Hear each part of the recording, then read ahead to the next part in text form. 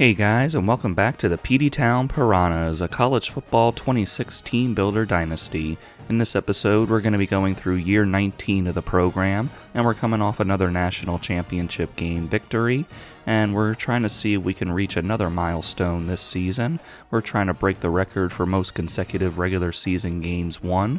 It stands at 112, and we're currently at 108, so we got 5 games to do that.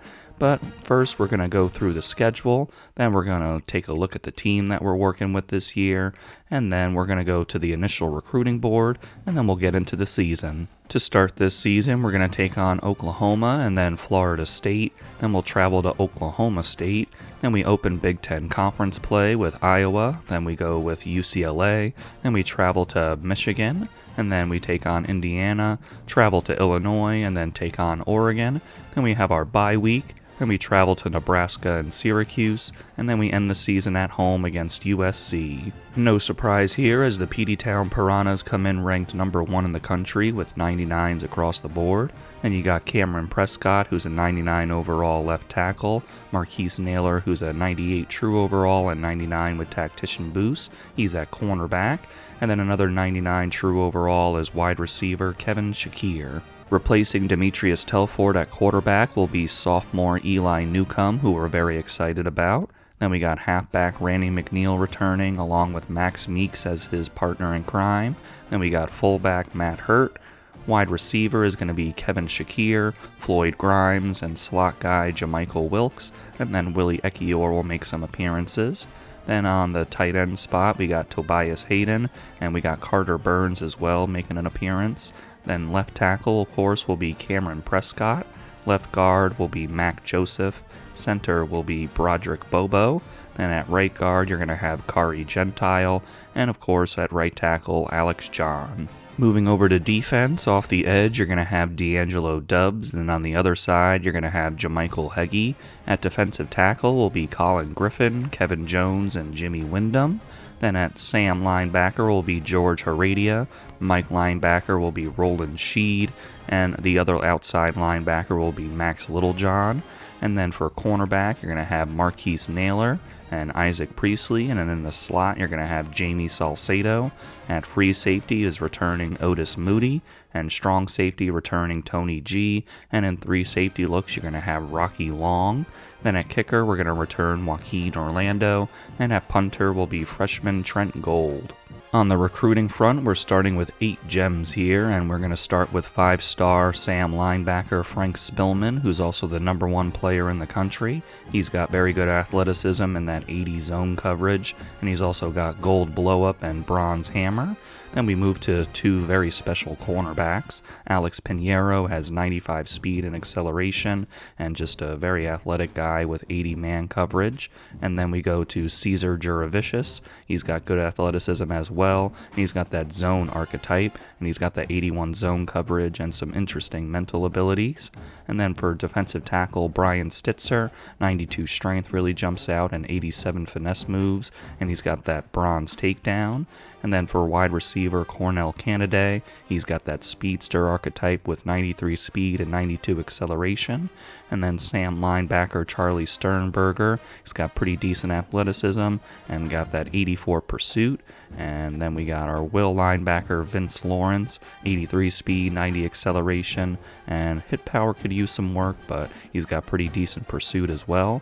And then you got strong safety, Sinlao Drake, and he's got 90 speed and 89 acceleration and 80 zone coverage, so some guys we'd really like to sign. Then we got a few more 5-stars with right tackle Alex Bonds, just very good at pass blocking and got some abilities already. Then you got right edge J.P. Bridges, some good athleticism here and 85 finesse moves. And then you got Tyler Cutler, a halfback. Not as fast as we usually look at, but he has that north-south receiver archetype that is pretty interesting. He's already got gold safety valve and bronze arm bar and some good abilities in the mentals as well.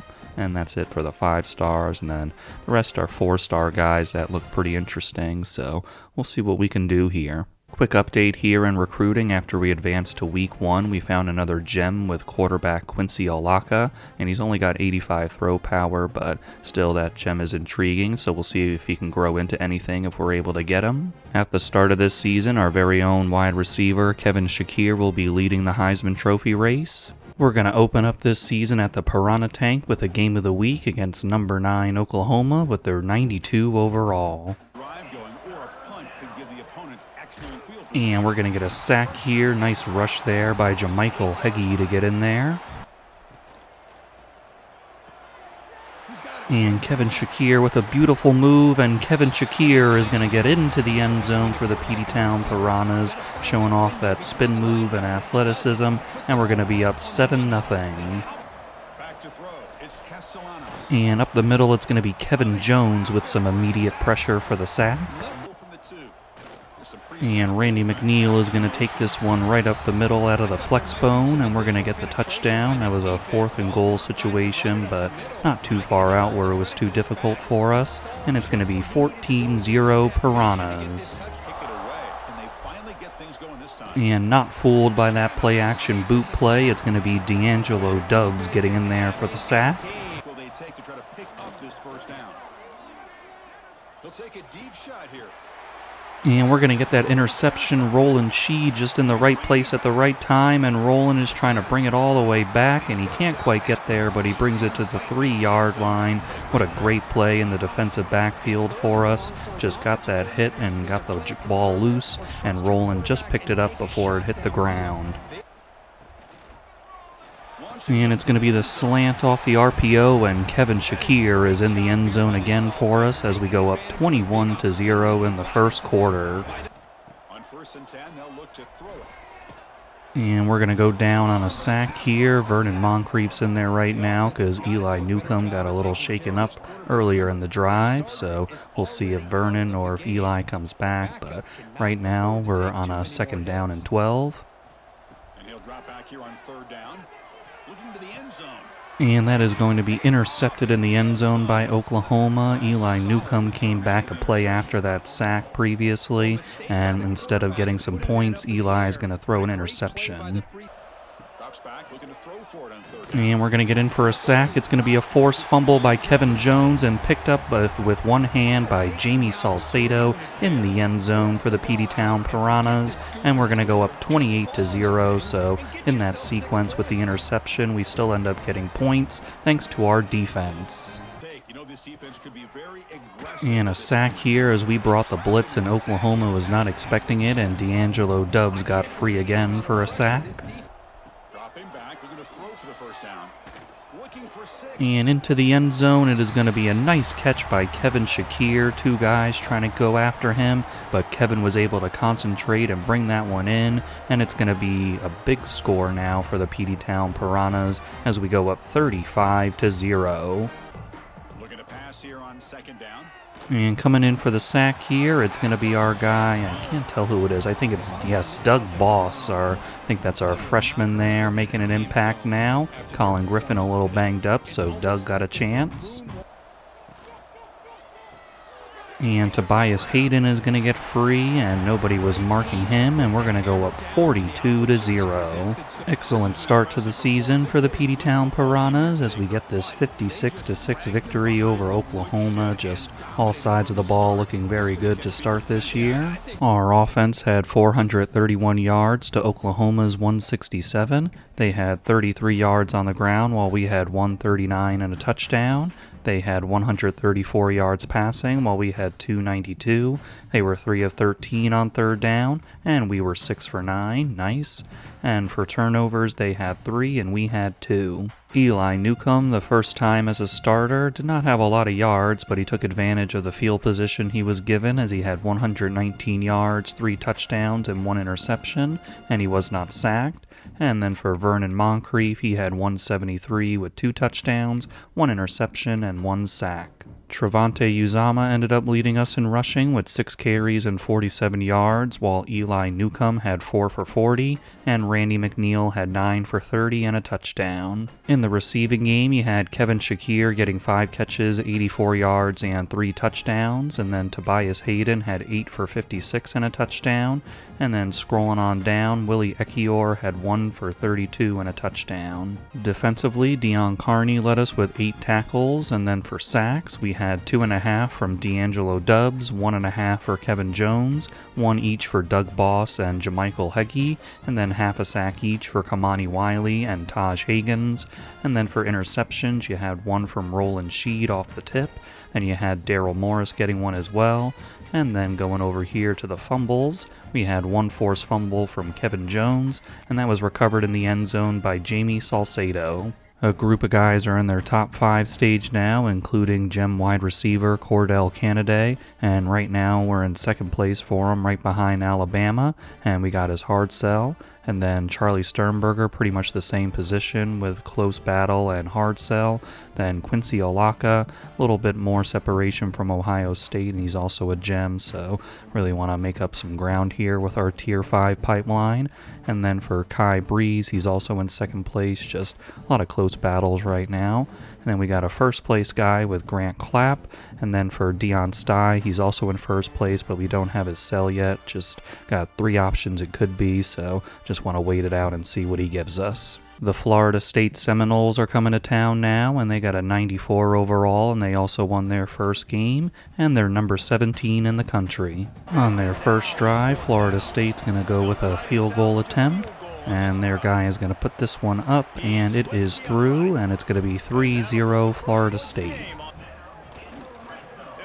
And Randy McNeil is going to get around the edge, and Randy's going to get into the end zone for the Peteytown Piranhas, and we're going to go up 7-3.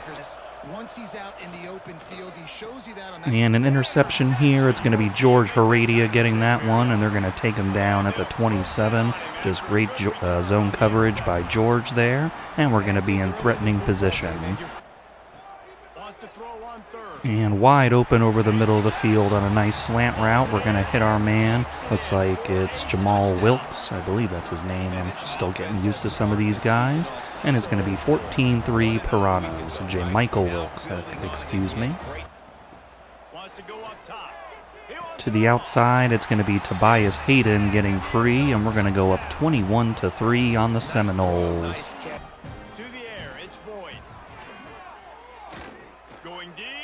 And downfield, it is going to be intercepted by our man, and he's going to have a return, a nice little stiff arm there too, and we're going to get it all the way to the 23-yard line.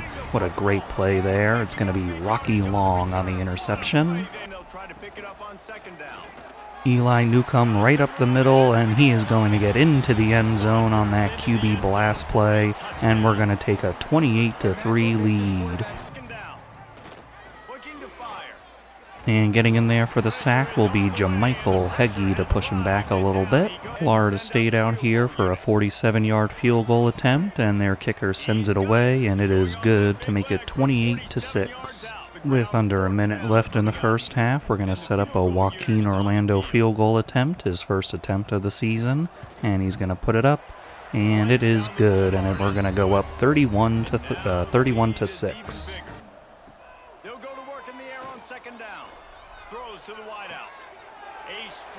And Floyd Grimes is going to get around that defender and get into the end zone. Just couldn't stop Floyd there, and it's going to be a long touchdown to make it 38-6 Piranhas. Snap it to the back. And a direct snap is going to work out here for Florida State as they get into the end zone, and that's going to make the score 38-13. At the start of the fourth quarter, it's going to be a field goal attempt for Joaquin Orlando. He's going to try a 54-yarder here, and it is through that left upright, and it's going to be 41-13 Piranhas. Looking downfield, it's Boyd. And trying a deep ball on Isaac Priestley, and that's usually not a good idea, and he's going to get the return back across to their side of the 50-yard line. to throw on first down.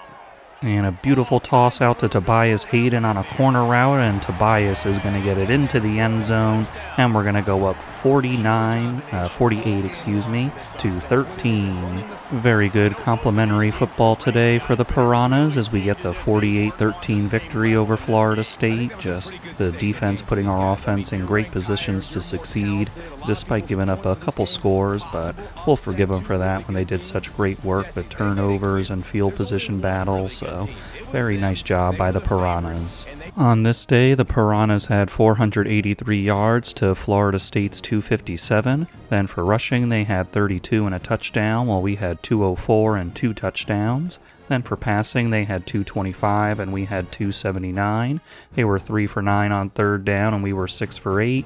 And for turnovers, we kept it clean and we forced 3 on FSU. Eli Newcomb was surgical in this one as he had 279 yards, 4 touchdowns, and no interceptions, and he was sacked once. Randy McNeil finished with 11 carries and 91 yards with a touchdown, while Trevante Uzama got 8 for 68, and Eli Newcomb 9 for 37 and a touchdown. Floyd Grimes was making things happen today with 5 catches, 107 yards, and a touchdown, while Tobias Hayden had 8 for 73 and 2 touchdowns, and Kevin Shakir 3 for 46, and Jamichael Wilkes 2 for 17 and a touchdown. Caesar Stick led us with 6 tackles today, and then for sacks we had 2 from Doug Boss and 1 from Jamichael Heggie.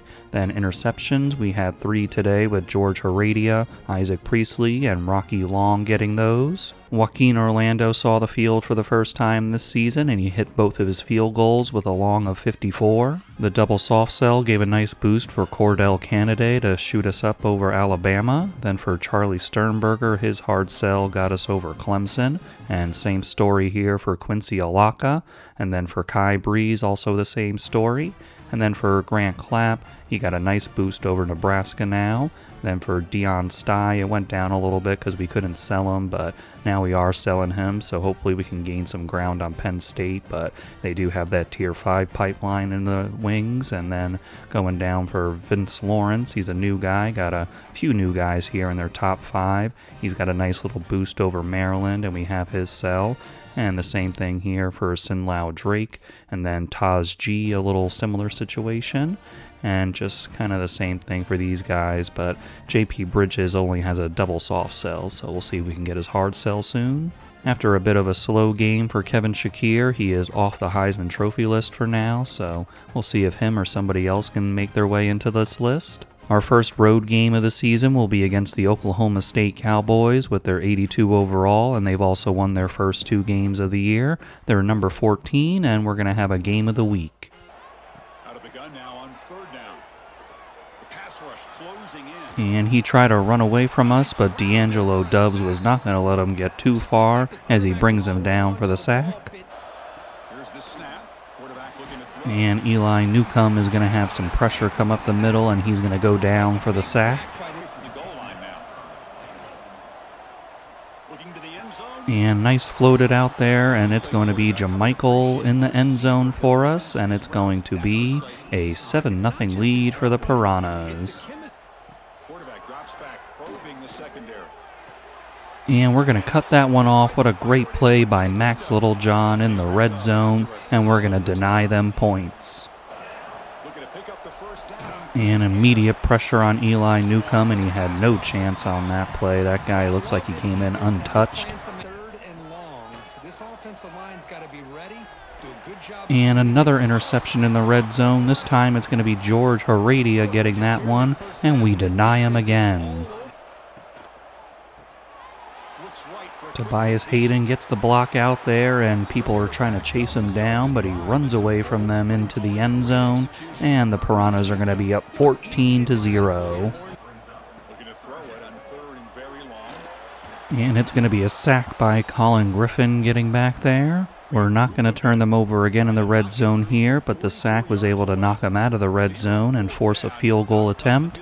And we almost blocked that kick, but he's able to send it through, and it's going to be 14-3. Near the end of the first half, Oklahoma State puts together a good drive to get in field goal position, and they will knock that through to make it a one-score game at 14-6 right before halftime. On 1st and 10, looking to throw. Pressure is coming. And that is going to be intercepted. Trying to throw it on the run was Eli Newcomb. Trying to get a play there, but their cornerback just had right positioning there. Maybe the pass wasn't the best from Eli, and Oklahoma State is going to take over. After the interception, Oklahoma State's going to try a 52-yard field goal, and their kicker sends it away, and it is no good. It is wide to the right, so we get away with that mistake. Another sack here for Oklahoma State to get us off the field. And we're going to get this interception. He did not see Jamie Salcedo there, and Jamie is going to bring this one all the way back for an interception return touchdown. Just a fantastic play when we needed it. They try to hit their man in the flat, just trying a little check down, but Jamie Salcedo was all over it. And Eli Newcomb just got hit back there for the sack. It looks like one of our guys got pushed into him. And Kevin Shakir on the slant is going to get into the end zone. Well-run route there. And a nice throw from our guy Eli. And it's going to be 28-6 Piranhas. Joaquin Orlando out to attempt a 50-yard field goal now. And he is going to put it up. And it is good. And we're going to go up 31-6.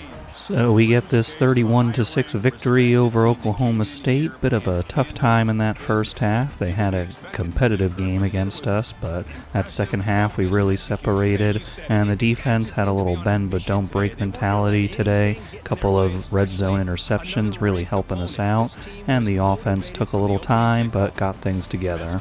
Both teams were pretty close in yards today, as we had 357 and they had 325. We had 32 on the ground while they had 86. And for passing, we had 325 and they had 239. For third downs, we were 9 for 13 and they were 2 for 9. And then for turnovers, we had 1 and we forced 3 on them. Outside of the interception, Eli Newcomb had a nice day as he had 325 yards, 3 touchdowns, the pick, and he was sacked 4 times, which we don't love to see. Randy McNeil had 14 carries and 57 yards to lead us. Tobias Hayden making some plays out there as he had 9 catches, 106 yards, and 1 touchdown. Then Floyd Grimes had 9 for 96. Jamichael Wilkes had 5 for 54 and a touchdown.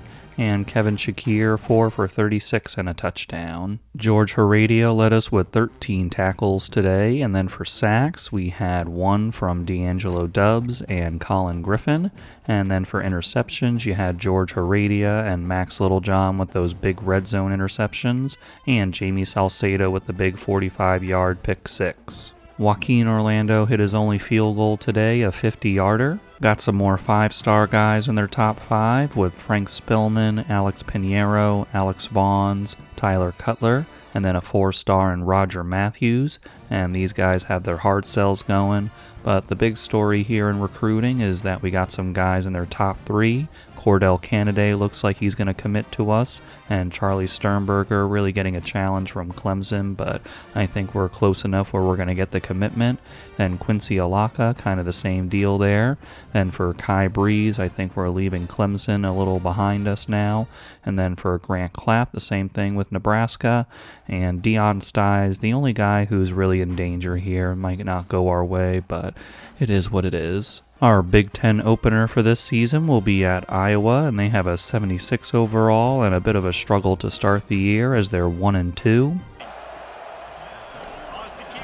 And here's going to be a sack on Eli Newcomb. And Randy McNeil is able to get his way into the end zone there. That's the stretch play, but we reversed it to the other side. Usually it doesn't work so well like that, but this time it does. And we're going to go up 7-0. And we're going to take him down for a sack here. Kevin Jones getting back there. And back-to-back sacks here as Jimmy Wyndham is the one that gets them off the field. Randy McNeil makes the cutback and a little juke to get himself free, and he drags a man into the end zone for the touchdown, his second of the day, and it's going to be 14-0 Piranhas. And Eli Newcomb is going to get hit by a man, but he's able to push forward into the end zone, and a nice near end of half drive for the Peteytown Piranhas to put 7 on the board and make it 21-0. And Eli Newcomb is going to get brought down for the sack. And Kevin Shakir is open, and Kevin Shakir is across the line for the touchdown, as we're going to go up 28-0. And he's going to get sacked here and force the fumble, and it's going to be Jimmy Wyndham on the recovery, and D'Angelo Dubbs is the one with the strip sack.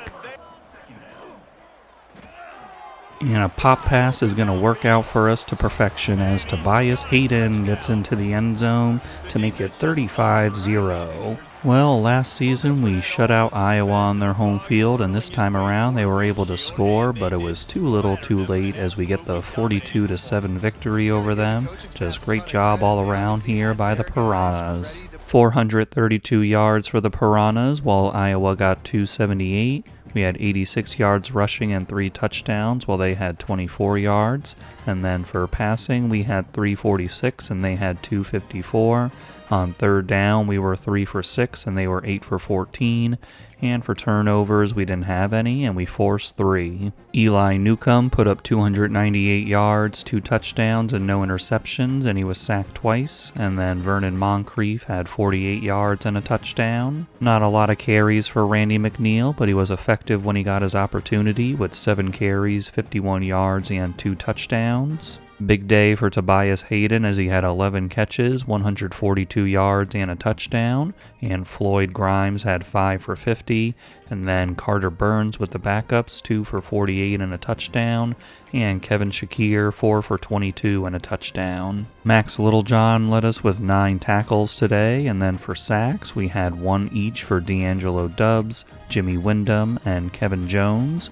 And then for our interceptions, we got 1 with Kamani Wiley and another with Sua Tupa. Our first commit of the season is wide receiver Cordell Canaday. Our next recruit is Sam linebacker Charlie Sternberger. A third guy coming in with guard Kai Breeze. And another offensive lineman with right tackle Grant Clapp. D'Angelo Dubbs was the Big Ten Defensive Player of the Week, and I pointed out his sack, but I did not point out his 5 TFLs, which is very nice from him. A couple of guys decided they did not want to be Peteytown Piranhas, as quarterback Quincy Alaka went to Ohio State, and they had him on a Week 4 visit this past week, so they used that to boost them over us. And then Deion Stye, the right edge, went to Penn State. And then for our guys here, we still got on the board, we got Vince Lawrence in his top 3, then Taj G in his top 3, and they're looking pretty good at the moment. And then wide receiver Max Mechie also looking pretty good. And then we got 8 guys that are set up for Week 7 visits, and just a lot of complimentary boost here as well. So hoping that we can use that to bring these guys into the building. This week it'll be number 1 versus number 6 as UCLA comes to town to take us on with their 3-0 record and 89 team overall. And a nice strike from our guy, and it's going to be Floyd Grimes in the end zone. Nice toss from Eli Newcomb off that RPO, and it's going to be 7-0 Piranhas. And also just apologies for my voice. I think it's maybe I'm a little under the weather today while I'm recording these games, but hopefully you can forgive the voice as we deliver some Piranhas action. Interception here for the Piranhas, and that's going to be George Heredia on that one, and we're going to be set up right in their red zone. Floyd Grimes going to get in there again, a nice little juke move at the end there to get himself into the end zone, and that's his second of the day as we go up 14-0, and a big shout out to George Heredia on that interception to set us up. And a sack here for the Piranhas as D'Angelo Dubbs and Jamichael Heggie get back there. And a touchdown here for the Peteytown Piranhas, a nice strike from Eli Newcomb. And we're going to go up 21-0 on the UCLA Bruins. Just want to check the name. I think it was one of our transfer receivers. Yeah, Scott Graves getting in there for the touchdown. He's looking to throw.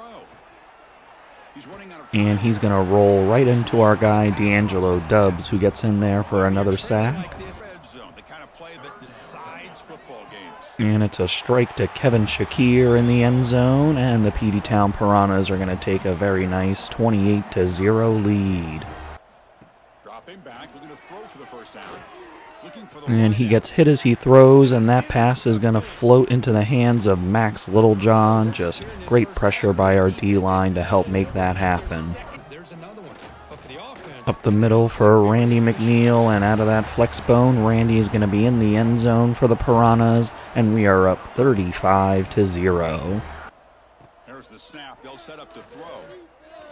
Launching one to the end zone. And that is going to be a touchdown for UCLA. Some Piranhas in the area, but just couldn't make a play on the ball, and UCLA will be on the board to make it 35-7.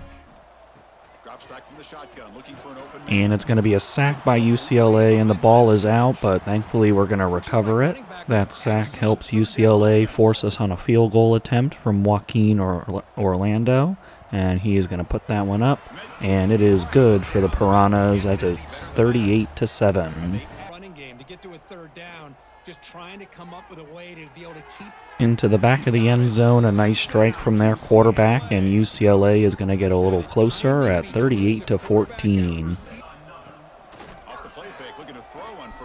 And Eli Newcomb is going to get sacked, and the ball is out again, and we had a couple of chances to recover the fumble, but we will not, and UCLA is going to scoop it up, and they are going to score, and it's going to be 38-21 Piranhas.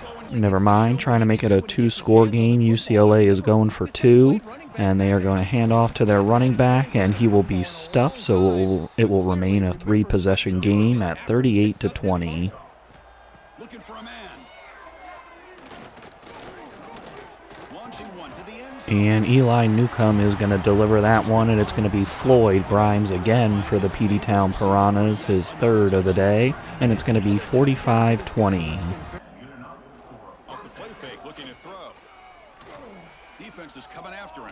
And their quarterback is going to get brought down for a sack here. Colin Griffin in on that one. Back to throw again. The pocket breaking. And a sack here for the Piranhas. It's going to be Colin Griffin again. In the third and short, they'll try to throw. And another touchdown here for the Piranhas, and once again it's Floyd Grimes, the fourth time he's visited the end zone today. What a game from him, and it's 52-20 for the Piranhas. They'll come out throwing here to start the drive. A deep shot to the left side. And deep shot here, UCLA just trying to try something, I guess, and that's going to be intercepted by Isaac Priestley, and we get it all the way back to the 33. Well, a wacky day here for the Peteytown Piranhas as we get the 52-20 victory over UCLA. Just a lot of fireworks in this one, especially on offense, and the defense causing a lot of chaos out there.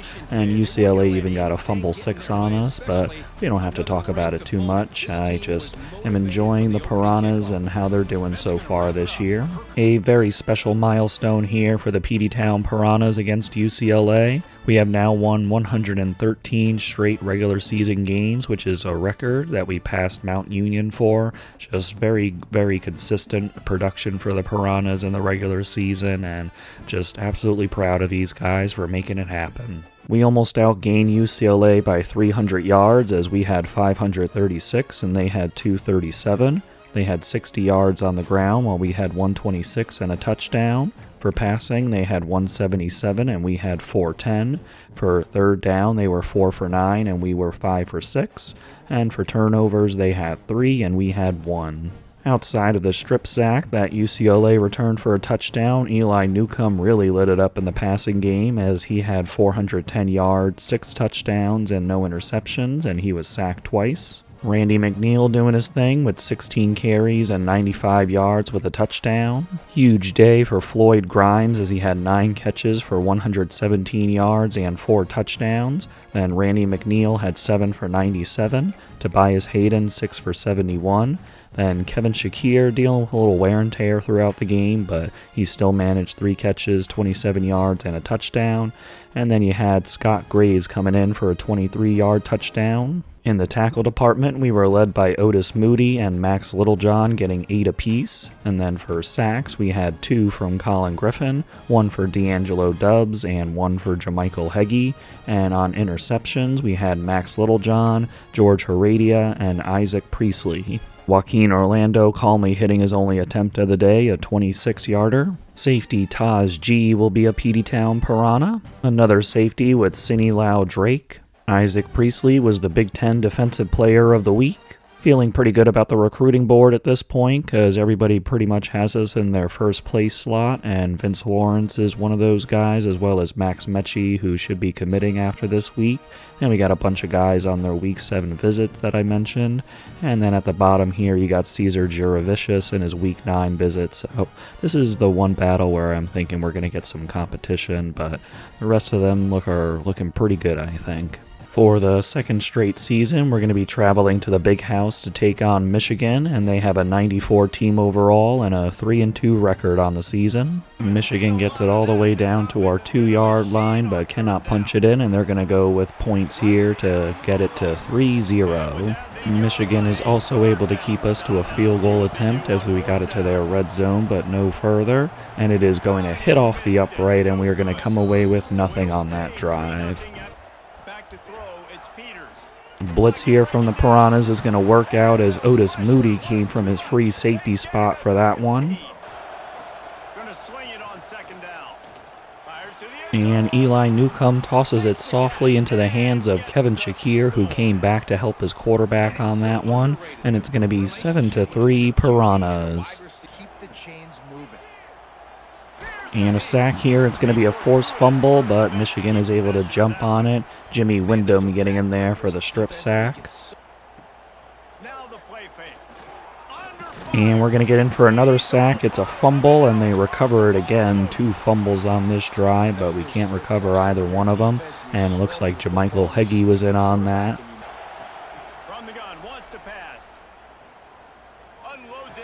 And that is going to be intercepted by Michigan. Just kind of an errant pass from Eli Newcomb into some traffic.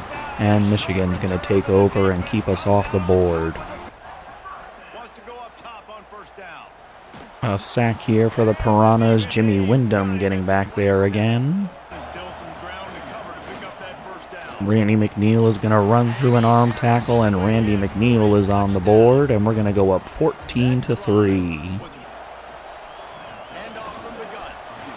And there's a fumble here, and it's going to be recovered by Michigan. Randy McNeil trying to jump over some guys, but he gets hit in the air the wrong way, and the ball pops out. And a sack incoming. Kevin Jones is going to force the fumble, and it's going to be D'Angelo Dubbs scooping it up and scoring for the Peteytown Piranhas. Back-to-back plays with fumbles, and each team has a recovery, but our recovery results in 6, and we're going to go up 21-3. And Kevin Jones in there again, and the ball is out again, and the Michigan Wolverines are going to recover it, but just a great job by the pass rush in this game. And out to the outside, it's going to be Tobias Hayden getting into the end zone for the Piranhas as we go up 28-3 right at the start of the 4th quarter. D'Angelo Dubbs is going to get in for the sack, and it's a forced fumble, and we're going to recover it. The Peteytown Piranhas getting the turnover. Jamichael Heggie on the recovery. And Tobias Hayden is going to get into the end zone again. A couple of guys got tied up out there and couldn't get out to Tobias, and we'll take advantage to make it a 35-3 game. Joaquin Orlando tacked on a field goal at the end of the game to make it a 38-3 victory for the Peteytown Piranhas. Bit of a slow start for us, but we really picked things up in the second half. A lot of fumbles and everything, but thankfully we were able to recover some of those and really set us up for success. The pass rush just absolutely amazing in this game, and we're going to take this victory and keep on moving. The Piranhas had 386 yards to Michigan's 149, and we had 139 yards on the ground with a touchdown while they had negative 24. Then for passing, we had 247 and they had 173. Third down, we were 5 for 8, they were 8 for 16, and turnovers, we both had 2.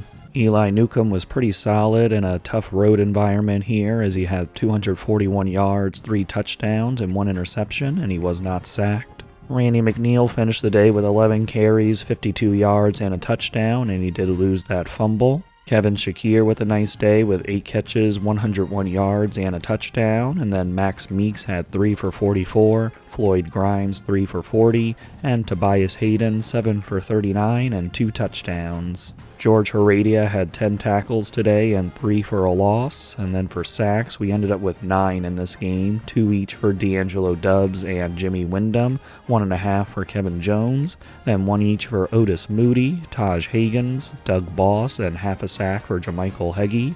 And then we didn't get any interceptions. Then going over to fumbles, D'Angelo Dubbs ended up forcing 3, which is just incredible. Then we had 1 each for Jimmy Wyndham, Kevin Jones, and Colin Griffin.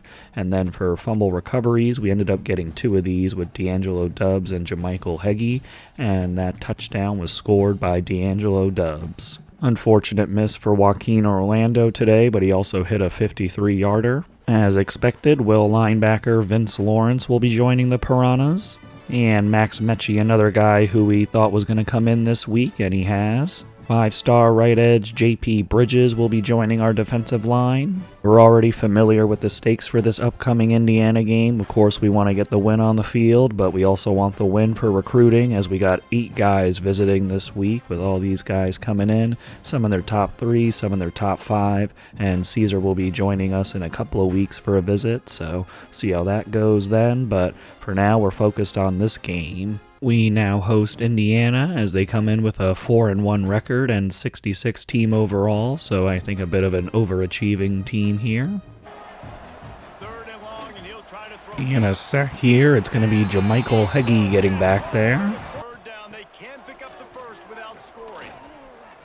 And Randy McNeil is going to be on the receiving end of this touchdown, as we're going to take the 7-0 lead. And a sack incoming here as Jermichael Heggie gets in there. And we're going to get the block kicked here, and it's going to be a safety for the Piranhas, and we get the ball. And Eli Newcomb is going to get into the end zone off of that run play. Got to the outside, and nobody was out there, and he's going to make it 16-0.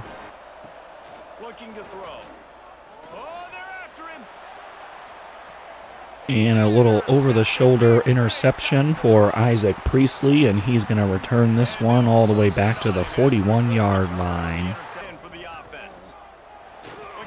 And it's going to be the slant off the RPO to Floyd Grimes, who gets into the end zone here, and it's going to be 23-0 Piranhas. And we are going to get Tobias Hayden out there. It looked like Eli just floated it out, and Tobias was able to locate it and haul it in for the touchdown.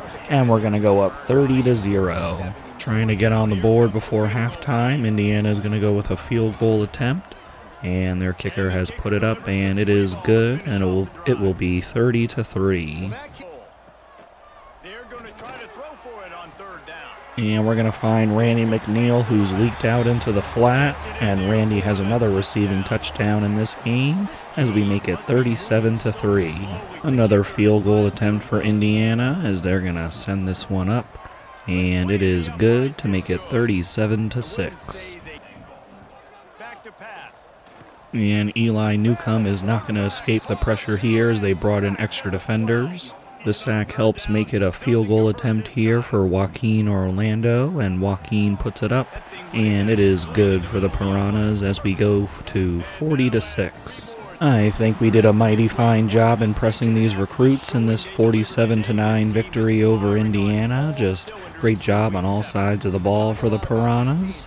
We outgained Indiana 456 to 179, and then in the running game they had -3 yards and we had 137 and a touchdown. Then for passing they had 182 and we had 319. They were 3 for 13 on third down and we were 8 for 11. And for turnovers we didn't have any and we forced 2. Very good game for Eli Newcomb as he had 273 yards, 4 touchdowns, no interceptions, and he was only sacked once. And then for Vernon Moncrief, he had 46 yards and a touchdown toss. Randy McNeil with 13 carries and 101 yards, while Trevante Uzama got 6 for 31. And then Eli Newcomb was 8 for 8 and a touchdown. Tobias Hayden was making plays out there with 9 catches and 168 yards and a touchdown. Then Kevin Shakir got 6 for 57. Floyd Grimes, 3 for 19 and a touchdown. Randy McNeil, 3 for 17 and 2 touchdowns. And Willie Ekior with the backups got an 8-yard touchdown catch. 6 tackles each for George Heredia and Max Littlejohn, and then for sacks, we had 1.5 each for Nate Reinhardt and Jamichael Heggie and Taj Higgins, then half a sack each for Alfonso Wells and Colin Griffin. Then for interceptions, we got 1 from Isaac Priestley and 1 for Darren Lampman. Can't forget Lamar Gallimore getting a blocked punt that led to a safety for us. Joaquin Orlando hit his only attempt, a 28-yarder. 5-star outside linebacker Frank Spillman will be a Peteytown Piranha. 5-star cornerback Alex Pinheiro has also joined us. Another one on offense now with right tackle Alex Vaughns. And yet another 5-star with halfback Tyler Cutler. We also got 4-star right guard Roger Matthews. It's always a great thing when you can sign the number 1 player in the class, and we got that with Frank Spillman's commitment this week. And then we go down to the last couple of guys who have not committed yet. We got defensive tackle Brian Stitzer. He should be committing to us. And then we got Caesar Juravicius. He's in his top 3, but we got to worry about Oklahoma with that Week 8 visit. But if they can't overtake us or make it a battle, then we got the visit after that. So still feeling pretty good for Caesar as well. We have to travel to Illinois now to have a ranked matchup with the Fighting Illini as their number 24, and they have an 84 team overall and a 4-2 record. And Kevin Shakir is going to be wide open off the RPO flat play, and we go up 7-0 on Illinois. And we're going to get our guy Randy McNeil into the end zone right up the middle, and it's going to be 14-0 Piranhas. Coming out on first down with the play fake. Interception here for the Peteytown Piranhas. It's going to be D'Angelo Dubs dropping back into coverage. First down without scoring. Third down. And just thrown into about 3 Illinois defenders there, and one of them grabs it for the interception in the end zone. Use the play fake. Now to throw. Fires to the wideout. And what an interception there by George Heredia. He jumps over him too, and then he's going to return it all the way to the 50-yard line. Just magnificent hands and awareness there by George. And we're going to get sacked here as Illinois got in there very quickly. Wants to throw on first down. Throws to the wideout. Working the middle. And Floyd Grimes is going to break away here and get into the end zone for the Peteytown Piranhas. Great effort there by Floyd to put us up 21-0. He'll do it himself. And there's a fumble on the play, and it is going to be recovered by the Piranhas. Looks like our guy Rocky Long picked it up. To the air on first down. A sack here for the Peteytown Piranhas by Kevin Jones. With that sack. Back to throw time. And we're going to get free again as Jimmy Wyndham brings him down for the sack this time. Good end-and-a-half drive for the Piranhas to put us in field goal range for Joaquin Orlando. And Joaquin is going to put this one up, and it is good, and it'll be 24-0 right before halftime. Wants to go up top on first down. Caught over the middle. It's McNeil. And Randy McNeil is going to take this one right up the middle of the defense for a receiving touchdown, and the Piranhas go up 31-0. All wide receivers. Gets it out quickly. And Kevin Shakir is going to get into the end zone, just accelerated, and they just gave him all the space in the world, and he took advantage of it to go up 38-0. Off the play fake. And the fake is not going to work out, as we're going to get back there with D'Angelo Dubs, and I believe Jamichael Heggie will get a little credit for that too. On third and long, he's going to have to turn What an incredible spin move by Jamichael Heggie to get that sack, and the fumble is going to be recovered by D'Angelo Dubs. Snapped it in the shotgun. And Eli Newcomb is not going to get away from the pressure here as they eventually got to him. And wide open in the end zone. They forgot about Carter Burns back there. We got our guy Tobias a little banged up right now, so Carter's in his spot right now and just making the most of his opportunity right there. Utter dominance here from the Peteytown Piranhas as we get the 62-0 victory over Illinois. Just this one was never ever in doubt, and I'm just so happy with all three phases just putting in effort in this game. We had 546 yards on offense while Illinois had 222. We had 54 yards rushing and 3 touchdowns while they had 33. And then for passing, we had 492 and they had 189. We were 7 of 11 on third down while they were 5 for 14. And for turnovers, they had 6. Oh my goodness. And we only had 1. Outside of that 1 interception he'd love to have back, Eli Newcomb was very good in this game with 426 yards, 5 touchdowns, the pick, and 2 sacks. Trevante Uzama had 5 carries, 21 yards, and 2 touchdowns, while Randy McNeil, not a lot on the ground, just 4 for 14 and a touchdown. Kevin Shakir doing his thing out there with 8 catches and 112 yards with 2 touchdowns. Then Randy McNeil did his damage in the air with 4 catches, 100 yards, and 1 touchdown. Floyd Grimes, 4 for 93 and a touchdown. And Carter Burns, 6 for 62 and a touchdown. George Heredia all over the field making plays today with 8 tackles, 4 for a loss. And then for sacks, we had 1.5 from Jamichael Heggie and 1 each from Jimmy Wyndham and Kevin Jones, and half a sack for D'Angelo Dubs.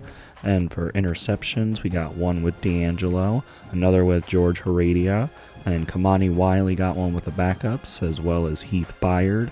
And then for our forced fumbles, we had 1 from George Heredia and 1 from Jamichael Heggie, and on recovery were D'Angelo Dubs and Rocky Long. Joaquin Orlando went 2 for 2 today with a long of 45. Another recruit, as we're going to get 5-star defensive tackle Brian Stitzer. 5-star cornerback Cesar Juravicius has joined the Piranhas, and that means everybody on our board right now is now a Peteytown Piranha for the future. After a few weeks of no Peteytown Piranhas on the Heisman Trophy list, we got Eli Newcomb just making it on in the 5th spot. Unfortunately, tight end Tobias Hayden was more than banged up in that last game. He has broken his collarbone, so he'll be out for the next 7 weeks. So we're just going to see what we can do without him. I believe in our guys, and we'll miss him a lot, but I think we have the guys who can hold the torch for him. The Oregon Ducks are coming to town now to the Piranha Tank to take us on with their 94 overall and 4-4 record on the season, so bit of a struggle for them, but still a team that we can't mess around with. Things to look at, they've always traditionally gone fast as well. And a sack here for the Piranhas as Oregon's worked it to our side of the 50, but we're going to take them down here. 57-yard attempt here from Oregon with some help from that earlier sack, and they are going to send this one up. And it looks to be good, and it is, as Oregon takes the early 3-0 lead. And Carter Burns is going to fight through 2 Ducks there to get into the end zone to make it 7-3 for the Piranhas.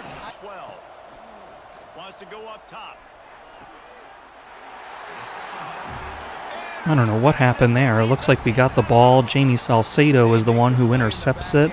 I was looking down and saw it was our color on that 1st and 10, but Jamie Salcedo with an apparently incredible interception there. Just taking a look at this replay, he rolls out, throws it to the right, and Jamie Salcedo just steps right in front of it. What a play. And into the end zone, it's a strike from Eli Newcomb to Kevin Shakir. What a play by Eli, and thanks to that wonderful interception by Jamie Salcedo, the Piranhas are going to go up 14-3. And a sack here, and it's a bunch of Piranhas in on that one. Kevin Jones in. Colin Griffin looks like he got a hand on him as well. Just tremendous pressure there from the pass rush. And a sack here. We tried a little play action, but Oregon was not fooled. And Oregon is going to make the little cut he needs to get into the end zone, and it's going to be a 14-10 ball game. And it's going to be another touchdown here for Carter Burns as we respond nicely to their touchdown drive with one of our own, and we go up 21-10. From the gun, wants to pass. He'll take a shot. And what a deep ball from Eli Newcomb. He's going to hit Kevin Shakir deep down the field in the end zone for that huge touchdown. 28-10 Piranhas after that sensational play. He's going to look for a man on 3rd and short. And he tried a deep ball, but it is going to be undercut and intercepted by Otis Moody. If maybe he lofted that one, he had a chance, but instead he tried to beam it, and Otis Moody was there. And Randy McNeil is going to get this one up the middle, and that's Max Meeks, excuse me. Max Meeks gets the touchdown as we go up 35-10 right before half. They'll try to pick up the first through the air.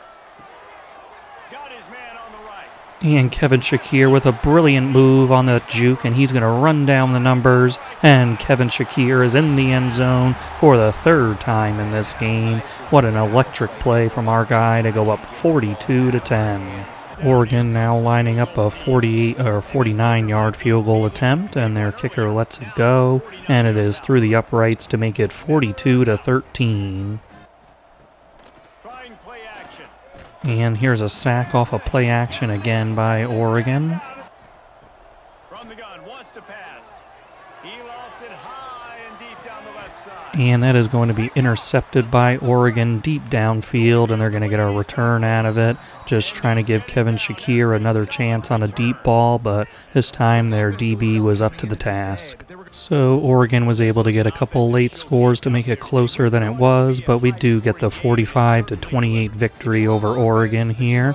Nice job by the Piranhas. Maybe fix a little things on our end-of-game defense, but it was our backup defense. But other than that, just happy with the offensive production and the win today.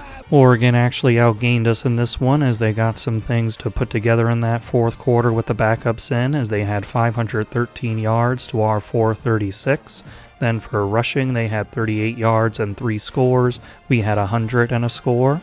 Then for passing, they had 475, the most we've given up in quite a bit, and we had 336. They had 5 of 16 on 3rd down, and we were 4 for 11. And for turnovers, they had 3, and we had 1. Eli Newcomb wishes he had that last throw back, but other than that, he was really good in this game with 321 yards, 5 touchdowns, and the pick, and he was sacked twice. Randy McNeil had 10 carries for 41 yards to lead us, while Eli Newcomb had 6 for 40, and then Max Meeks had 2 for 12 and a touchdown. Kevin Shakir with another great game as he had 6 catches, 175 yards, and 3 touchdowns. Then Carter Burns filled in admirably for Tobias Hayden. He had 7 catches, 55 yards, and 2 touchdowns. Tony G and Max Littlejohn each had 9 tackles today, and then we had 4 tackles for a loss for Max. Then for sacks, we had 1.5 from Jamichael Heggie, 1 for D'Angelo Dubbs and Doug Boss, then half a sack each for Dion Carney, Kevin Jones, and Colin Griffin. And then for interceptions, 3 guys getting 1 apiece. You got Otis Moody, Jamie Salcedo, and Larry Morrison, and don't really know why they had Jamie with 54 return yards, but whatever, we'll just take that with the stats, I guess. Joaquin Orlando hit his only field goal today for 45 yards. After the bye week, just got a couple of guys to look at here late in the season for recruiting, as we have Brian Castellanos, a right edge power rusher, and for him, he's got 79 speed and 83 acceleration, and those 81 power moves. And then we also got Sonny Teo, who's a gem defensive tackle. He doesn't have a lot of speed as he's a gap specialist, but the gem really has us intrigued with that 87 tackle. And for him, he is in 5th place right now, but we have him coming on a visit for our last game of the season against USC. As is a common occurrence after a bye week, anybody that we had in the Heisman Trophy race has dropped off the list, so Eli Newcomb is no longer here. Our latest game of the week is going to feature us at number 2 and Nebraska at number 3 with their 99 overall. They are 8-1 on the season, so definitely a team that's going to give us all they can. And that is going to be intercepted by Nebraska. We got into their red zone, but that corner just jumped the slant route, and they're going to take over. And a sack here as Nebraska brought the extra pressure, and it got home. Off the RPO bubble screen, it's going to be Floyd Grimes getting into the end zone for the Piranhas. So after that interception, our defense was able to support us, and the offense got it together to put points on the board. And that's going to be a sack and a fumble. That's going to be recovered by the Nebraska Cornhuskers as Jimmy Wyndham got in there.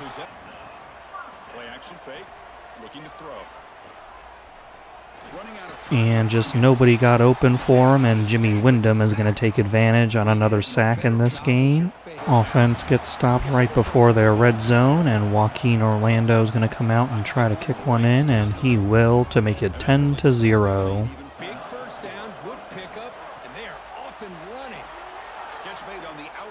And Floyd Grimes is going to have a nice effort to get into the end zone there. A little juke, a little stiff arm, broken tackles to get in there, and it's going to be 17-0 Piranhas. Quarterback sets up, looking for an open man. And it's going to be Max Meeks on the angle route, and he's going to get into the end zone here with just under 2 minutes left in the first half, and it's going to be 24-0 Piranhas. Looking to throw it on first down. And here's a sack for D'Angelo Dubs, just got by his man super quickly there.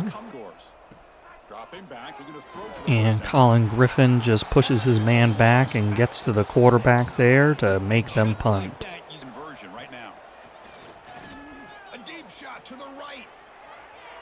And we got the step on him, and it's Floyd Grimes getting into the end zone. What a play there. What a toss by Eli Newcomb.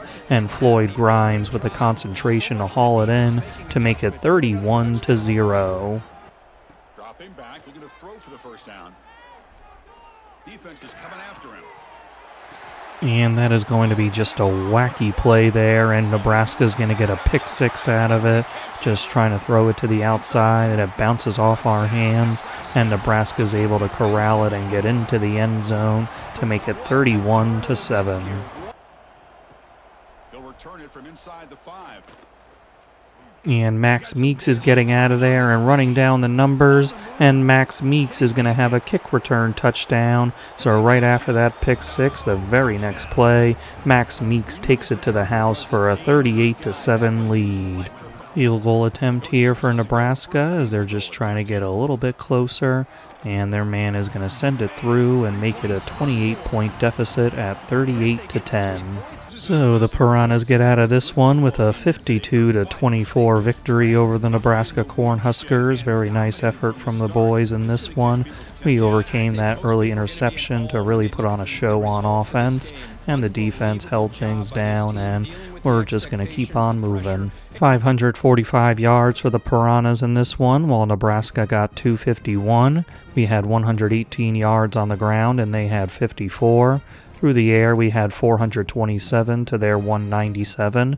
We were 8 for 15 on third down, while they had 2 for 13. And for turnovers, we had 4 in this game, while we forced 1 on Nebraska. So losing that battle that big, but still getting a nice victory over Nebraska is something that, we wish we didn't have to deal with, but it is what it is. Eli Newcomb had 388 yards, 4 touchdowns, and 2 interceptions, one on a very nice play by their DB, and another kind of fluky one, so kind of a bit of a rough luck game there for Eli Newcomb. Then he was sacked once, and then Vernon Moncrief came in, had a roller coaster of a backup situation, where he had 39 yards, 2 touchdowns, and 2 interceptions.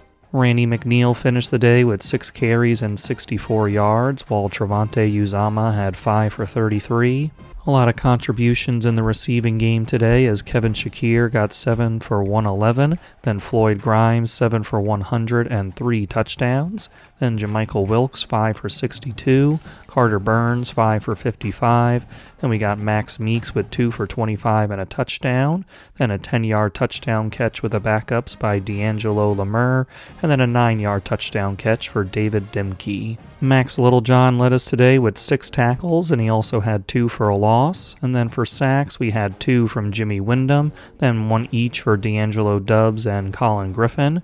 On the interception front, Miles Meadows came up with 1 with the backups. And then we go over to the forced fumbles, and we had 1 by Jimmy Wyndham. Joaquin Orlando was able to nail a 42-yarder today. And of course, Max Meeks had a 2-touchdown game today as the other one came on that nice kick return. Brian Castellanos is in his top 5 now, and we got his hard sell going. Then for Sonny Teo, he's still in 5th place, but that double soft sell helped us gain some ground. We're hoping to get to the top 3 so that we can use that visit against USC to our advantage. A little rivalry action here against Syracuse as we travel to them with their 81 overall and 5-5 record. And Eli Newcomb is going to get sacked there. Just got the pressure in, and Eli tried to get out of it, but just couldn't escape. The sack is going to help Syracuse stop us, and we're going to have to settle for a field goal attempt, and it is going to be good from Joaquin Orlando. And Eli Newcomb is going to take off on the scramble, and Eli is going to get into the end zone, and the Peteytown Piranhas will go up 10-0.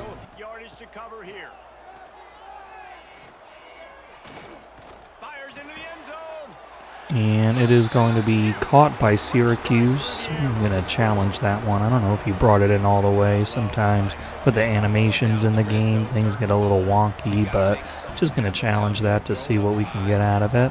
Well, I was not given the option to challenge it, so it's just going to stand as a touchdown for Syracuse as they make it 10-7. And Kevin Shakir is going to be gone on this post route off the RPO. He runs all the way to the other side of the field and then runs it in. A long touchdown for the Piranhas here as we go up 17-7. Joaquin Orlando is going to come out for a 49-yard field goal on 4th and inches, and Joaquin is going to put that one through, and it's going to be 20-7 Piranhas.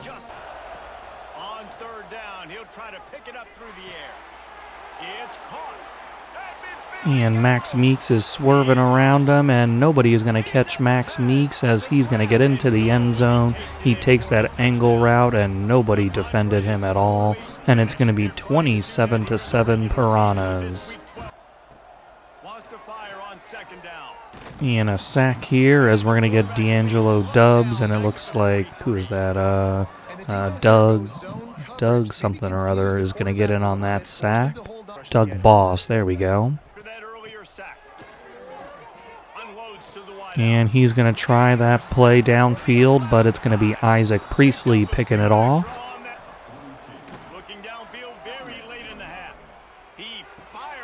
And that is just not a great pass for Eli trying to go downfield, but Syracuse's man was right there to pick it off.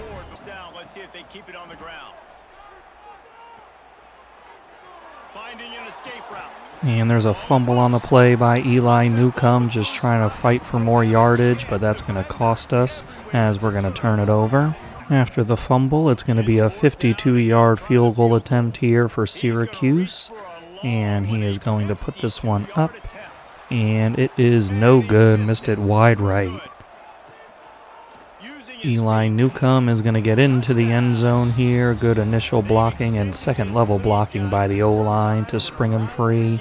And it's going to be 34-7 Piranhas. And it's going to be a sack here by Doug Boss. I remembered his name this time on a nice play that he made. And it's going to be a sack here for Syracuse. Had a bunch of guys on the right side of the formation, but they got tied up a little bit, and that made it so Eli didn't really have any options on that play. Pressure coming. And D'Angelo Dubs gets in there for the strip sack, but it bounces right to Syracuse. Eli Newcomb is going to get into the end zone here. Thought he was going to be marked short, but Eli ended up in the end zone, dragging a few guys with him to make it 41-7. The Peteytown Piranhas get the win in this rivalry game, 48-21 over Syracuse in the Big Apple Brawl. Just a very nice job by our guys and Eli Newcomb and friends. Despite a couple of turnovers, we were able to get this W. These teams combined for almost 900 yards of offense, as we had 537 to their 430. We had 225 yards and 4 scores on the ground, and they had 51. For passing, they had 379 and we had 312. For third downs, we were 6 of 11 and they were 9 for 19. And for turnovers, we had a couple and they had 1. Eli Newcomb on this day had 309 yards, 2 touchdowns, 1 interception, and he was sacked twice. On the ground, Randy McNeil had 15 carries and 132 yards, while Eli Newcomb was finishing off drives with 8 carries, 43 yards, and 3 touchdowns. Then Kenya Kiki had 1 carry for 34 yards, and Trevante Uzama 2 for 5 and a touchdown. On the receiving end, Kevin Shakir had 6 catches for 123 yards and a touchdown. Then you had Max Meeks, his only catch, going for a big 77 yards and a touchdown. And you got Carter Burns, 7 for 48. George Heredia led us today with 13 tackles and 2 for a loss. And then for sacks, we had 1.5 from D'Angelo Dubs and Doug Boss. Then for interceptions, we got 1 from Isaac Priestley. And then on the forced fumble front, we had 1 from D'Angelo Dubs, but it was not recovered. Joaquin Orlando was 2 for 2 today with a long of 49. Unfortunately, on the recruiting front, we just came in too late for Sonny Teo, as he's locked us out now in his top 3. Petey Previtt leveled up again, so I went to this program builder and got to Strong Roots Tier 3, and now we're done with program builder. In our final regular season game, it's going to be a battle between number 1 and number 2 as USC comes to town with their 99 overall and 10-1 record. And for us, we have a very notable milestone that we're chasing. We're trying to make it 10 straight regular seasons without a loss, so it's not going to come easy in this one, but that's what we're hoping to do. And on the first play from scrimmage, it's going to be a sack from Kevin Jones. And on the second play, it's going to be a sack this time for D'Angelo Dubs. Eli Newcomb with a huge boost of acceleration there off the read option, and he is in the end zone, and it's going to be 7-0 Piranhas.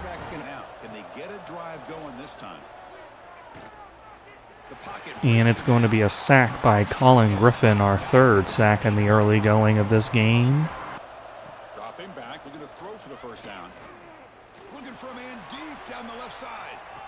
And he tried the deep ball on Isaac Priestley, and that usually doesn't go well for opposing quarterbacks, and it doesn't here, and he returns it all the way to their 40-yard line.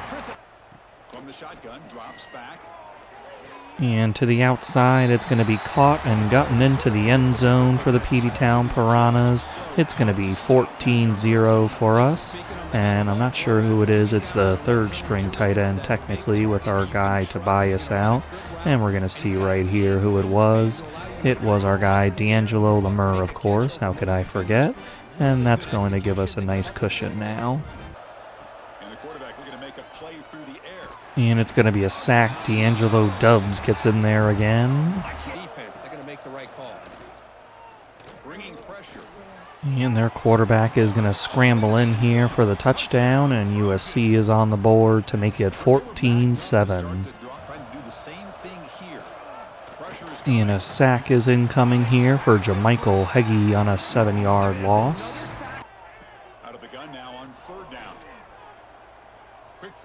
And that is going to be undercut by USC, trying to go for the first down marker on a 3rd and very long, and they're able to get that one and turn us over.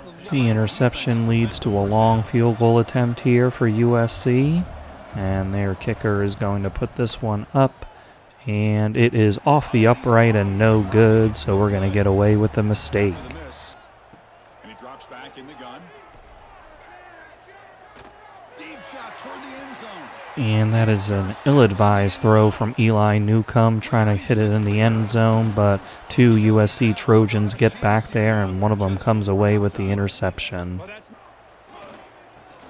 Randy McNeil is going to get the edge there, and it is going to be a touchdown for the Piranhas on their first possession of the second half.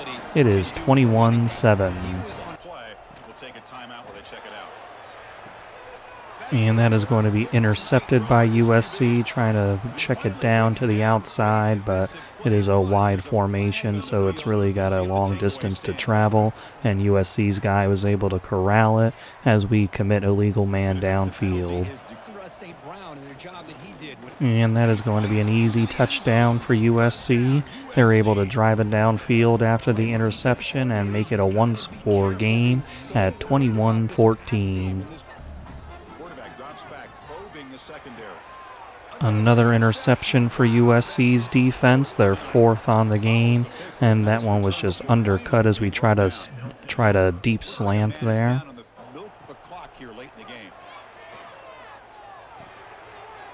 And Kevin Shakir is going to fight his way into the end zone. Nice job on a little double move route to get himself open. And he used some physicality to get into the end zone to make it 28-14 Piranhas.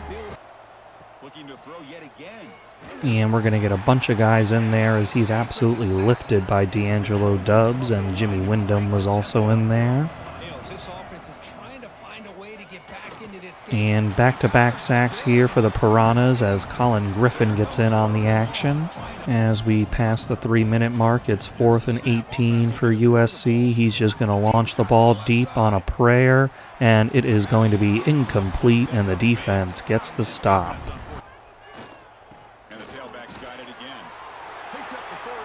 And Randy McNeil is running away from everybody right up the middle, and Randy McNeil has the touchdown to make it a 3-score game with just under 3 minutes left as we're up 35-14.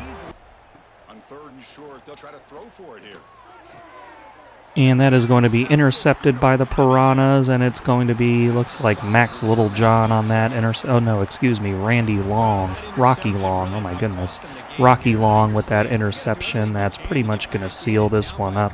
I didn't really see him out there, but he's just waiting patiently in coverage, and the quarterback threw it his way. Maybe rubbing it in a little bit here as Joaquin Orlando puts a field goal through to make it 38-14. So the Peteytown Piranhas secure another undefeated regular season with this 38-14 victory over USC. Despite struggles from our guy Eli Newcomb, the team is able to overcome that and still get a 3-score win, and that is going to be 10 straight seasons of undefeated regular season play for the Peteytown Piranhas. Just a remarkable feat there of real showing of consistency across many teams and generations of Piranhas, and I'm very proud of that accomplishment. We outgained USC 465-209, and they had 14 yards rushing and 2 scores, while we had 166 and 3 scores. And for passing, they had 195 and we had 299. They were 1 for 10 on third down, and we were 7 for 11. And for turnovers, of course, we know about the 4 interceptions, and we also forced 2 turnovers on USC. Eli Newcomb with a game he'd like to forget for the most part, as he had 299 yards, 2 touchdowns, the 4 interceptions, and no sacks. Randy McNeil was an engine on offense as he had 20 carries, 125 yards, and 2 touchdowns, while Eli Newcomb had 5 for 24 and a touchdown. Floyd Grimes with 8 catches and 86 yards, while Carter Burns had 13 for 85, and Kevin Shakir had 8 for 84 and a touchdown, and then you got D'Angelo Lemur with a 4-yard touchdown. A handful of guys with 7 tackles today is George Heredia, Tony G, Marquise Naylor, and Max Littlejohn got those. Then you got Tony with 2 TFLs and 4 for George Heredia. And then for sacks, we had 2.5 for D'Angelo Dubs, 2 for Colin Griffin, then 1 each for Jamichael Heggie, Rocky Long, and Kevin Jones, then half a sack for Jimmy Wyndham. And for the interceptions, we have Rocky Long, and of course Isaac Priestley. Joaquin Orlando went 1 for 1 with a 30-yarder. It's going to be an immediate rematch for the Big Ten Championship as we take on USC for the second straight game. Right edge Brian Castellanos has decided to join the Peteytown Piranhas late in this season. Rematch time with USC, and this time it's for the Big Ten title as we go for our 9th straight Big Ten Championship here. Here's the snap. Looking to throw here. And we're going to find Randy McNeil, who found the hole in the defense in the end zone, and the Piranhas have a very nice opening drive to put us up 7-0.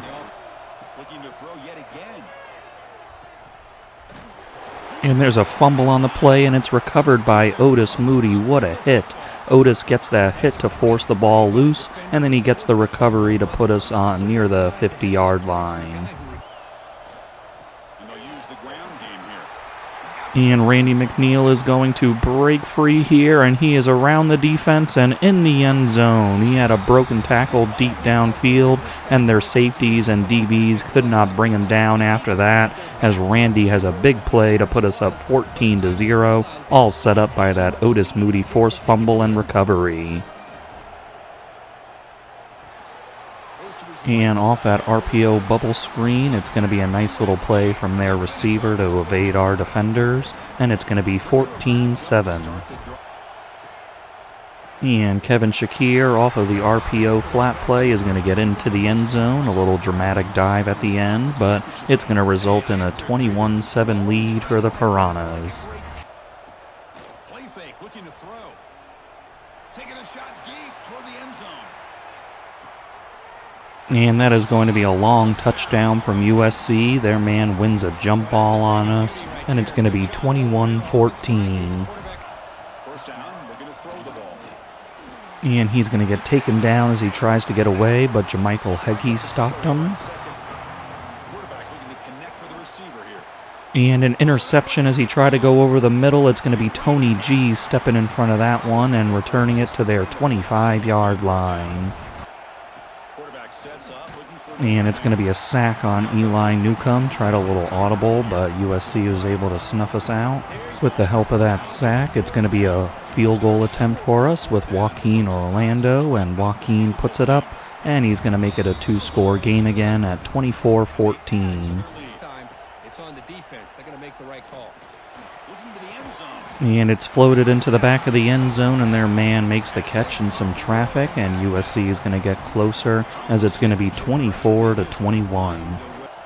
Dropping back, looking to throw for the first down. Looking for the wide out. And that is going to be a brilliant interception by USC. We try to hit the comeback route on the sideline there, but their man is going to cut it off, and they have it at the 28-yard line. Handing it off to their running back with all the heavy personnel in there, and he's going to just get it across the line as USC is going to take the lead 28-24. And the quarterback drops back looking for an open man. And to the outside, it's going to be our guy D'Angelo Lemur getting into the end zone on a nice out route, and the Piranhas are going to take the lead right back on the next possession to make it 31-28 as both teams are really just dueling now. And here's a sack by Kevin Jones. Really needed that one as it's going to be a 6-yard loss. As we get under 5 minutes left in this game, USC has driven it to our 3, and they're on 3rd down and goal. Quarterback just pointing out some things. He's going to drop back and looking, throwing it to the outside, and it's going to be intercepted by Tony G, who is playing the flat, and nobody is going to catch Tony G as he is running down the sideline for the pick 6 for the Peteytown Piranhas. What a massive play in this game as USC was getting ready to put some points on the board, but instead it's going to be going the other way, all thanks to Tony G's great coverage, and it's going to be 38-28 Peteytown Piranhas. And Kevin Jones in there again, another possession with a sack for him. That's going to be 2 on the game. Third down and 15 for USC, desperation mode. He's going to throw it out to his man, and he's going to race towards it, and a nice spin move is going to get them the first down. So that sack effort is going to be wasted as they continue to move on this drive. USC is just inside of our red zone now on a third down and 4. The clock is ticking down to 2:40 here, and keeps on ticking. Their quarterback is going to drop back, throw it over the middle, and it's going to be complete as they get inside our 10. And their guy is going to get an underneath route, and we're just a little bit late to it, and USC is going to score the touchdown to get them within 3 here. Just before the 2-minute warning, it's going to be 38-35. Just after the 2-minute warning, we're on a third down and 3, empty formation here for Eli Newcomb. Eli's going to drop back, throw it quickly, and we are going to just get the first down. We stopped before the first down marker, but our guy, Jamichael Wilkes, was able to fight his way forward. And this is going to be a big pass out to Randy McNeil on a little orbit motion. He breaks the tackle, and he is all the way down to the 31-yard line. And USC only has 1 timeout left, but the only unfortunate thing there was that we stopped the clock going out of bounds. Randy McNeil takes this one right up the middle, and he's going to get inside their 15-yard line, and they have to take their final timeout. And that is going to be all she wrote for this game, as Eli Newcomb is going to come out in the QB kneel formation, and he does just that, and the seconds will tick off. So a big shootout here in the Big Ten Championship, but we get the victory 38-35, very hard fought. Our defenses had better days, but they also turned the ball over a bunch, so that really helped us get this win as well.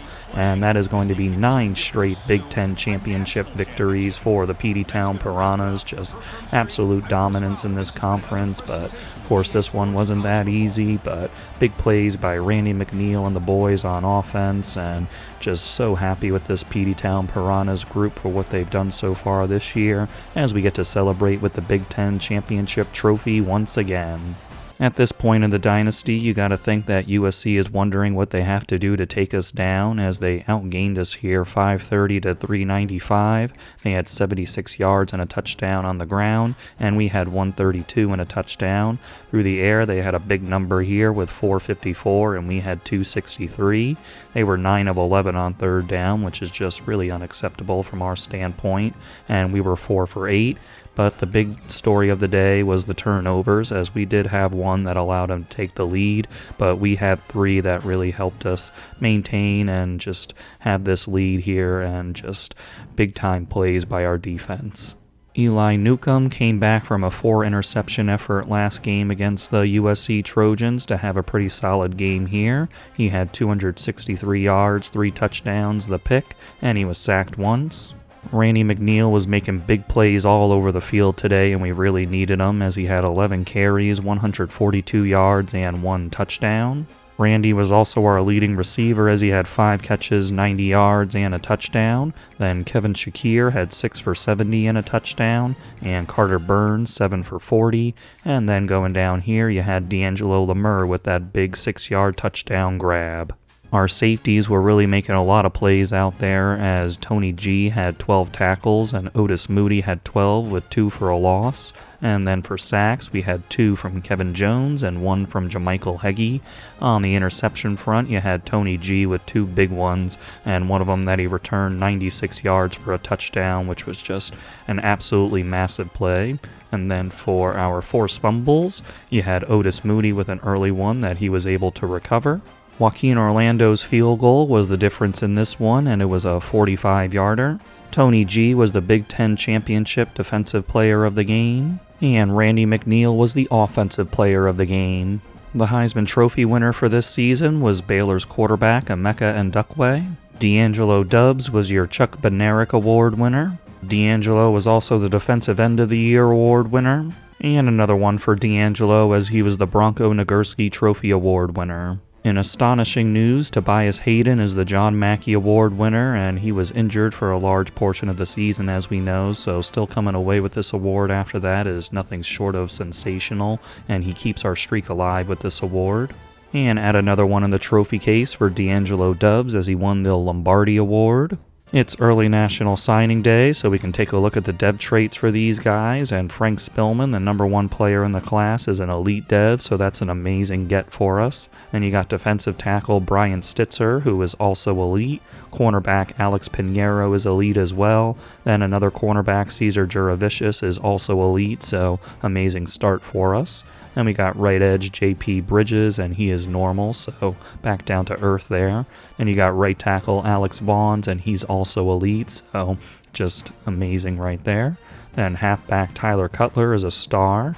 Wide receiver Cordell Canaday is elite as well. Oh my goodness, so many elites. And then you got Charlie Sternberger, who is impact. Strong safety Sinlau Drake is impact as well. Well linebacker Vince Lawrence is impact. Then you got left guard Kai Breeze, who's elite, so nice get there. Right tackle Grant Clapp is impact. Free safety Taj G is normal.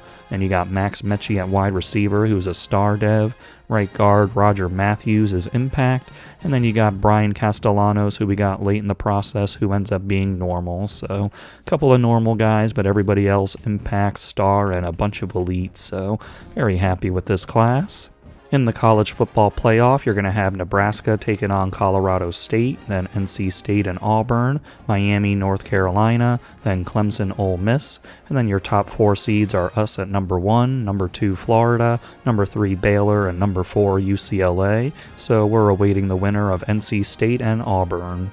It will be number 9 seed Auburn who we'll have to do battle with in the quarterfinal. In the first round, Nebraska ended up winning by 2 scores over Colorado State, while Auburn and NC State was a close battle that Auburn just eked out. Then you got Miami taking it to North Carolina, and Ole Miss beating Clemson.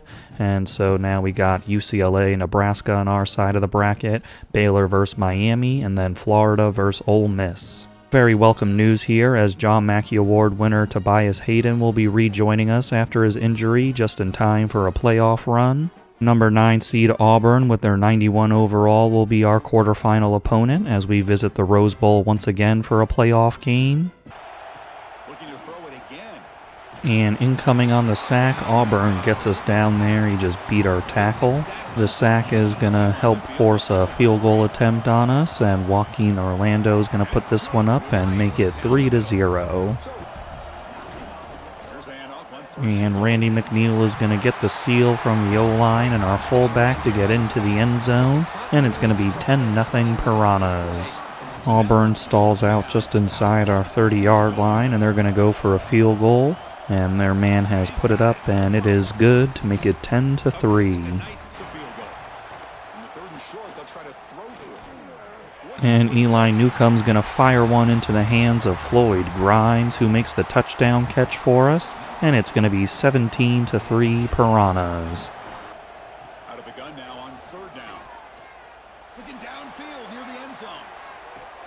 And in the back of the end zone, it's going to be an interception by Isaac Priestley. What a play by Isaac. And that ball is going to come out to the 20-yard line. After the interception, the offense is able to get it to the 36-yard line, where we have to settle for a field goal by Joaquin Orlando. And Joaquin is going to sneak it through, and it's going to be 20-3 Piranhas. And he'll drop back here on 3rd down. Defense is coming after him. And that is going to be intercepted by Auburn, trying to throw it outside, but their man is going to get in front of us, and they take over at the 7-yard line. Quarterback drops back. Running out of time in the And their quarterback is going to go down on the sack by Jamichael Heggie. And over the middle, it's going to be Willie Ekior open in the end zone on a little slant route. And it's going to be 27-3 Piranhas right before the end of the half. And it's going to be a sack for Jamichael Heggie, his 2nd of the day. 4th and inches, and Petey Previtt decides to go with a field goal with Joaquin Orlando, and he puts it up. And it is good as we go up 30-3. And they're going to QB sneak this one into the end zone to make it 30-10. quarterback wants to throw it on 2nd down. And Kevin Shakir is going to get into the end zone here on a little return route. And it's going to be 37-10 Peteytown Piranhas. The Peteytown Piranhas are able to get this quarterfinal victory, 47-10 over Auburn. Just great job all around by our boys, and the defense definitely picking it up after that Big Ten championship game, and the offense doing their thing outside of an interception from Eli Newcomb, and we're going to see who we have in the semifinal. Big day in offensive production as we had 553 yards to Auburn's 273. They had 50 yards rushing and a touchdown, while we had 169 and 2 touchdowns. For passing, they had 223 to our 384, and for third down, they were 4 for 13 and we were 10 for 15, and turnovers, it was even at 1 apiece. Eli Newcomb with 376 yards, 3 touchdowns, and 1 interception, and he was also sacked once. Randy McNeil with 11 carries and 58 yards with a touchdown, while our guy Vernon Moncrief came in to get 4 for 38 and a touchdown. Kevin Shakir was doing his thing out there with 10 catches and 124 yards with a touchdown, and Tobias Hayden came back and was productive with 9 for 95.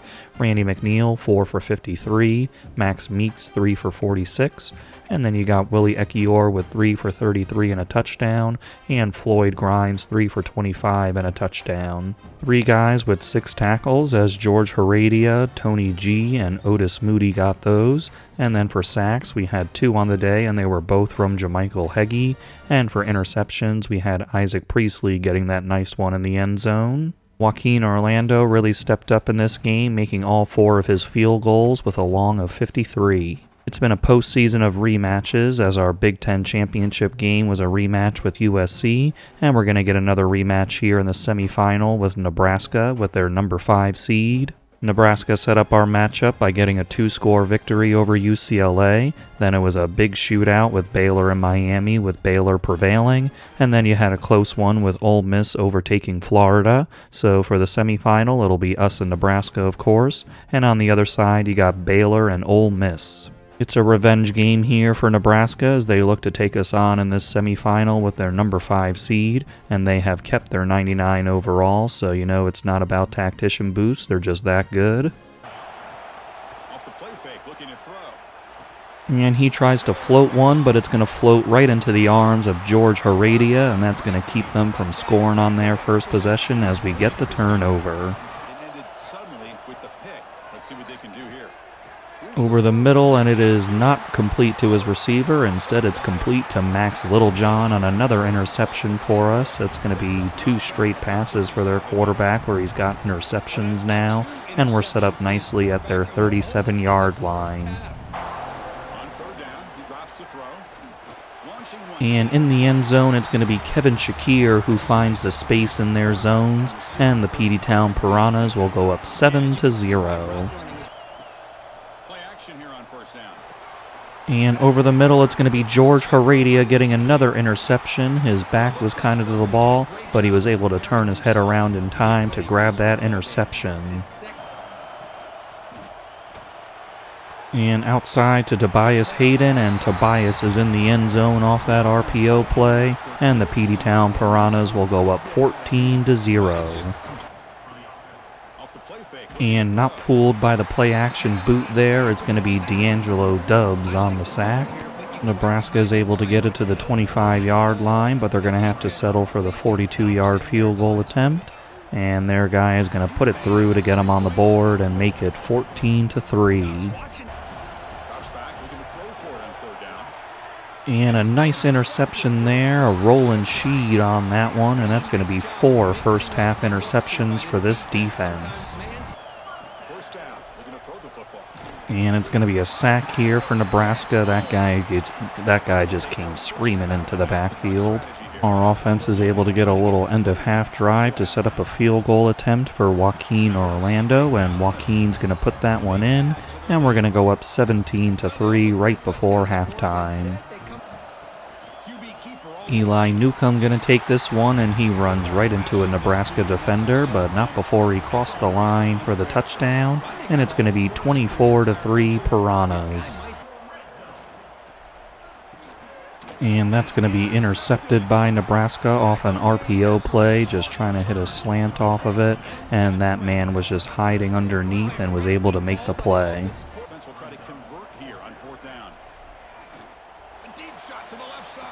and try to go deep and try to split the zones, but Isaac Priestley just drifted back there and got the interception. So teams trading interceptions here in the fourth quarter. And that's going to be counted as a sack for Nebraska, so including that one here. It was an RPO draw play, but it'll still count as that sack in the stat sheet. On 1st and 10, looking to throw, looking for his back, and the completion made.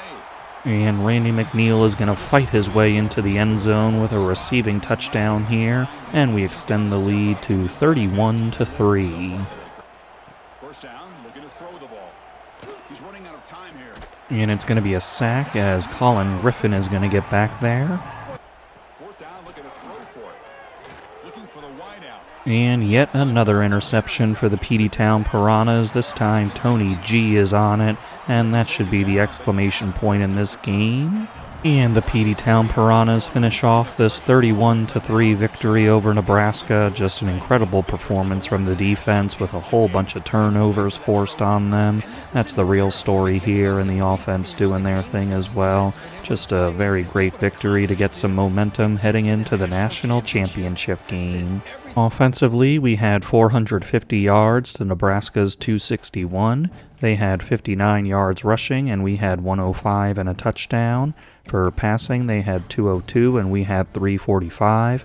They were only 1 for 7 on third down, while we were 7 for 9. And on the turnovers, we had 1, but huge day by the defense as we got 6 interceptions. Eli Newcomb with 345 yards, 3 touchdowns, and that 1 interception where the defender just came out of nowhere for it. And then there was 2 sacks on the game.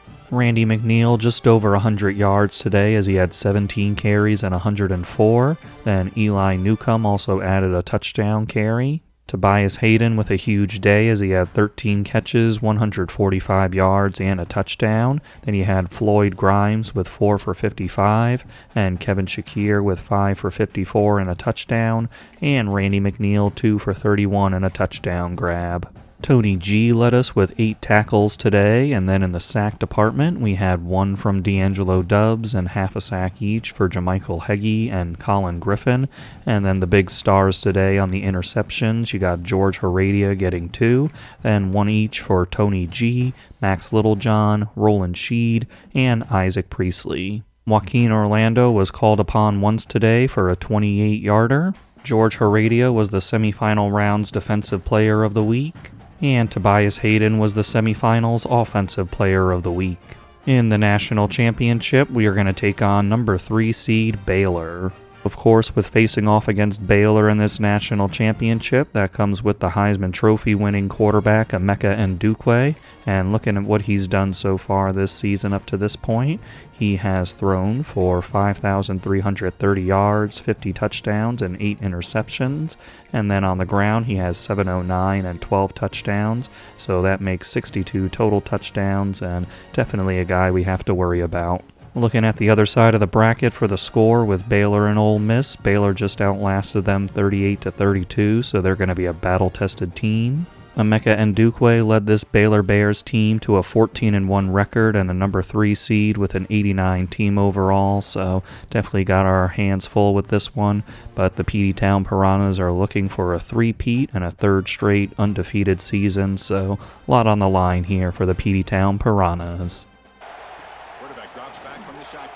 And we are going to pick off the Heisman Trophy winner. Baylor was driving down the field nicely, but he floated one right to George Heredia, so that's a nice start for our defense.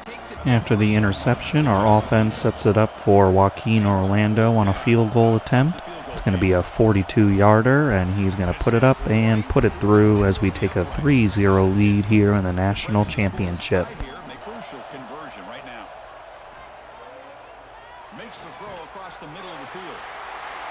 And Kevin Shakir has gotten out of there, and Kevin Shakir has made a huge play here on the touchdown. Just a great individual effort from him, making the catch, breaking the tackle, and then breaking away from everybody on the end. That's going to make it a 10-0 game for the Piranhas.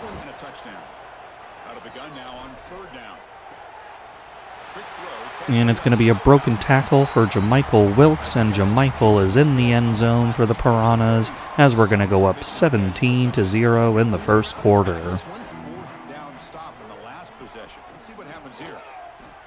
And trying to get one outside, but it is going to be cut off by Tony G on the interception as he runs down the numbers and gets it to the 17-yard line. And we have picked off the Heisman Trophy winner twice in the early going. Randy McNeil getting the blocks downfield. Nice job by our fullback, and nice job downfield by Carter Burns to spring our guy Randy McNeil free for the touchdown. And it is 24-0 Piranhas. And Tobias Hayden has broken free on the crosser, and Tobias makes it 31-0 Peteytown Piranhas near the beginning of the second quarter. And a sack here from George Heredia, so he's got a sack and an interception in this game as he's been very active early. Joaquin Orlando out for a 54-yard field goal attempt here, and Joaquin is going to put it up. And it is straight on through the uprights to make it 34-0. And as he's hit, he's going to throw the ball right into the hands of Roland Sheed. And that's going to be the third interception of the first half for this defense. And that is going to be a sack on our guy Eli, and it's going to be a strip sack as Baylor is going to recover the fumble. So that's their first highlight of this game, really. And we're going to get another turnover here on an interception from our guy D'Angelo Dubs. So the award winner gets his presence felt in this national championship game, and that's going to be the fourth interception of the first half. The interception helps put us in field goal range for Joaquin Orlando as the final seconds start ticking off in this first half. And Joaquin is going to put it through for a 37-0 lead. And very similar play to the other touchdown Randy McNeil had as we got the blocks downfield again for him. And he's in again to make it 44-0.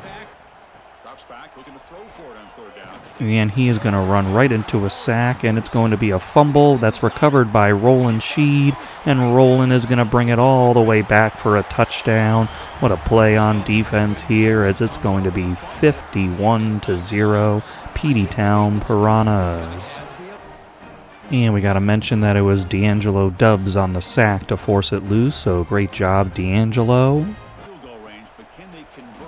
And a sack here by Baylor as they're gonna push us back a bunch there, and Eli Newcomb gets a little banged up.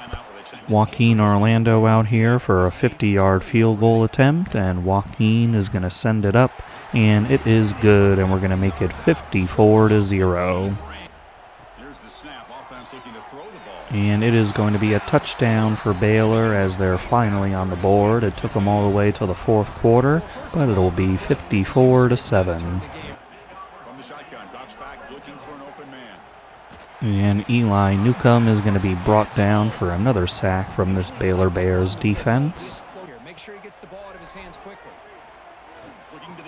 And Randy McNeil leaps into the air and grabs that one in the end zone for another Peteytown Piranhas touchdown, as it's now 61-7.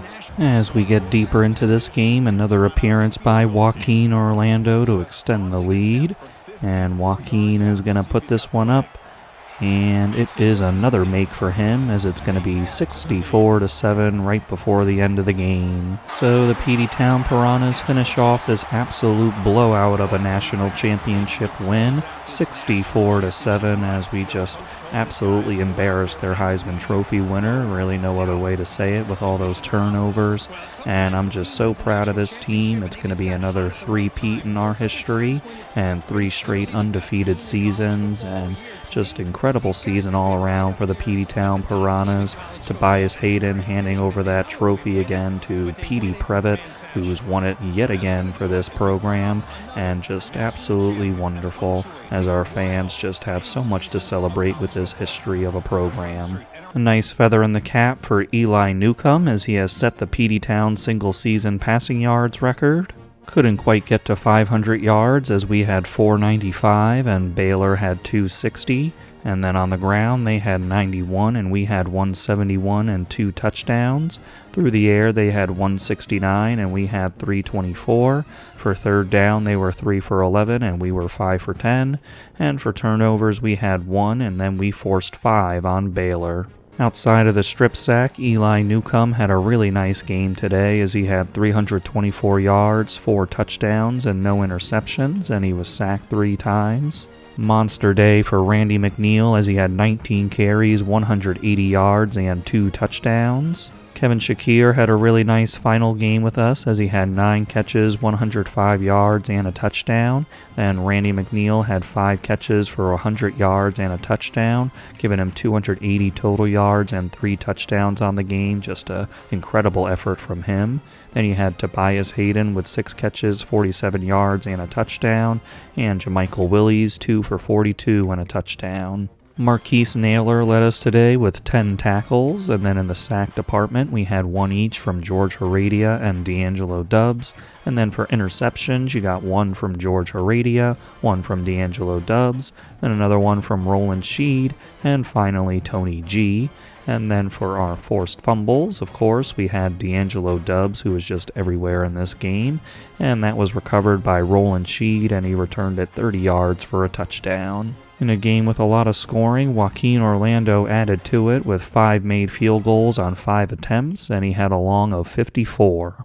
Tony G was your defensive player of the game in the national championship, and without a doubt, Randy McNeil was the offensive player of the game. Petey Previtt leveled up enough where we can go back into the CEO tree and get this second chance keeper ability. For our season stats, we had Eli Newcomb getting 4,996 yards, so just missed 5,000. Then he got 56 touchdowns and 15 interceptions. Then for running the ball, we had Randy McNeil with 194 carries, 1,337 yards, and 13 touchdowns. And then Eli Newcomb added 8 rushing scores. Then for receiving, we had Kevin Shakir getting 98 catches, 1,331 yards, and 18 touchdowns. Tobias Hayden, 91 for 982 and 10 touchdowns. Floyd Grimes, 71 for 909 and 11 touchdowns. Randy McNeil in a dual threat role there. He had 50 catches for 661 yards and 6 touchdowns. Then for our defensive stats, we were led by George Heredia. He had 112 tackles, along with Tony G getting 105 and 102 for Max Littlejohn. In TFLs, you had 37 for D'Angelo Dubs and 24 for Jamichael Heggie. In sacks, we had 16 for D'Angelo Dubs and 12.5 for Jamichael Heggie. For interceptions, 7 from George Heredia and Isaac Priestley, 4 for Tony G, and you got 3 for Max Littlejohn and Roland Sheed, 2 each for D'Angelo Dubs, Rocky Long, Kamani Wiley, and Jamie Salcedo, and then a bunch of guys here with 1 interception. And then for our defensive touchdowns, you had 2 from Jamie Salcedo and 1 each from Tony G, Roland Sheed, D'Angelo Dubs, and Daryl Morris. Then for pass deflections, we were led by Isaac Priestley getting 13. And then for forced fumbles over here, we got 6 from D'Angelo Dubs, 2 each for Jimmy Wyndham and Kevin Jones, 1 for Otis Moody, 1 for Jamichael Heggie and George Heredia and Colin Griffin. Then for fumble recoveries, we had 2 for D'Angelo Dubs and 1 each for Jimmy Wyndham, Otis Moody, Jamichael Heggie, Jamie Salcedo, Roland Sheed, and Rocky Long. And then we go over to blocked kicks. We got 1 from Lamar Gallimore. And for safeties, we did not record 1 this year. Joaquin Orlando, almost a perfect season as he only missed 1 field goal this year as he went 24 for 25 with a 96% and a long of 54. And then we got to go over to the kick return and shout out Max Meeks for 16 returns, 335 yards, and 1 touchdown. As we look at career numbers for guys, Kevin Shakir did most of his damage this season as he had 105 catches, 1,409 yards, and 18 touchdowns for his career. For his career, Tony G had 197 tackles, 19 for a loss, half a sack, and 9 interceptions. And then for defensive touchdowns, he had 4, and pass deflections, he had 18. George Heredia had 191 tackles, 22 for a loss, and 9 interceptions. And then he also had 1 defensive touchdown and 9 pass deflections. And then for forced fumbles, he had 1. For TFLs, you had D'Angelo Dubbs with 74 in his career and Jamichael Heggie with 41. And then for sacks, you had 33 for D'Angelo and 20.5 for Jamichael. Career interceptions, Isaac Priestley had 14, which is a very nice number. Then you had George Heredia with 9, of course, as well as Tony G. Then Otis Moody leaves with 5 interceptions in his career. For the players leaving stage, we have 5 guys who are in danger of transfer, and they're all due to playing time. So that includes cornerback Darren Lampman, halfback Devon Smith, Danny Fattencoon at Mike linebacker, RJ John at quarterback, and Tyler Fisk at Will linebacker. So we'll see how we can do with these guys, starting with Darren. For him, he has failed, so unfortunate there. Devon Smith at halfback is also a failure. Then Danny Fattencoon is failed as well. And then almost did Danny again. I'm going to go back and do it, but just want to see what these guys are doing first. And that was a success, so RJ John will come back, and I get that persuasion attempt back. And then we got Tyler Fisk, the outside linebacker. He has failed. So I'm just going to go through and try it again. Darren Lampman, and he has decided to stay, so nice job with that double ask of them. So that just chance again to try to persuade him, so that works out. And Devon Smith, and he has still decided to leave us. And then for Danny Fattencoon, he has failed as well. And then for Tyler Fisk, it's going to be another failure. So unfortunate, but I was glad that we got that double on Darren Lampman to have him stay, so that's really big for us. But see if we can do these other guys in the transfer portal, what the case may be. A very talented senior class who's going to leave us after getting 3 straight national championships, headlined by Cameron Prescott at tackle, just an outstanding all-around guy. Then you got Kevin Shakir, who's an amazing wide receiver and really got his chance to shine this year. Then you got Marquise Naylor. Nobody really threw at him, and he didn't have a lot of stats this year, but definitely a guy that people were afraid of. Then Tony G was a great safety for us, and Isaac Priestley, a great cornerback, and when teams didn't throw at Marquise, they tried Isaac, and they paid the price. Then Otis Moody, another great safety, just out there with Tony for a while there. And George Heredia really making a name for himself this year. And D'Angelo Dubbs, another guy making a name for himself with those big sack numbers this year, as well as Jamichael Heggie. And we got to shout out Colin Griffin as well for being a reliable defensive tackle for us, as well as Jimmy Wyndham. And looking at the rest of the guys, just a very, very good class, solid guys, and we will miss them all very dearly. We sent 10 guys to the NFL this year, and half of them were first-rounders, with Kevin Shakir, Cameron Prescott, Marquise Naylor, Tony G, and Isaac Priestley. Then in round 2, you had George Heredia and Otis Moody. In round 3 was Mac Joseph. Round 4, D'Angelo Dubbs. And round 7, Jamichael Heggie. The back and forth with our team prestige has continued, as we're once again a 5-star program. None of the guys who transferred away from us want to come back, so we're looking in new directions for players. At defensive tackle, we really need depth here, and we're looking at Drew Holiday, and he brings to the table his 94 strength and 87 hit power, along with 87 pursuit and 94 tackle. He's also got bronze grip breaker and silver workhorse. And then we want to look at Mike linebackers as well. We got Paul Whiting here with 89 speed and 94 acceleration. He's also got that 91 awareness and play rec, 87 zone coverage, and 83 man coverage. And he's got gold robber and silver bouncer. And then finally, we don't really need a tackle, but I was looking to see if there was any 5-star transfers, and Manuel Milano was one, so it would be pretty fun to add him to the offensive line and see if he sticks at tackle or goes somewhere else on the line. But you can see the power. He's got the 97 run block power and 95 pass block power, and he's also added bronze inside shield. Unfortunately, Drew Holiday has locked us out, so we got to go in a different direction for defensive tackle. And we got Christian Wilkes here, who's pure power. He's got 88 strength, and he's got pretty good power moves and hit power. And then for our guy, Dalvin Tabor, he's got 89 strength, 82 hit power, and a bronze workhorse ability. So we'll see if we can get any of those guys, but for now we got to take Drew Holiday off the board. We did indeed get Mike linebacker Paul Whiting, so that's a nice addition for our linebacking core. Manuel Milano decided to go to Miami, so that's really not a huge deal for us. But for Christian Wilkes, he's in second place behind Maryland, but we do have him on the visit this week, and we have his hard sell. And we also got Dalvin Tabor just in first place here, and nobody else really going after him, so I think we'll be able to fill out our defensive tackle depth chart nicely. And there is Christian Wilkes joining the Peteytown Piranhas, as well as our other guy, Dalvin Tabor. For transfer portal depth traits, you got Paul Whiting at Elite Development, so that's a very nice get for us. Then defensive tackle Christian Wilkes is an impact guy, and Dalvin Tabor is normal. All in all, for our recruiting class this year, we ended up with 8 Elite Dev players and a couple of Star Dev players, so very high quality, and the rest are impact and normal.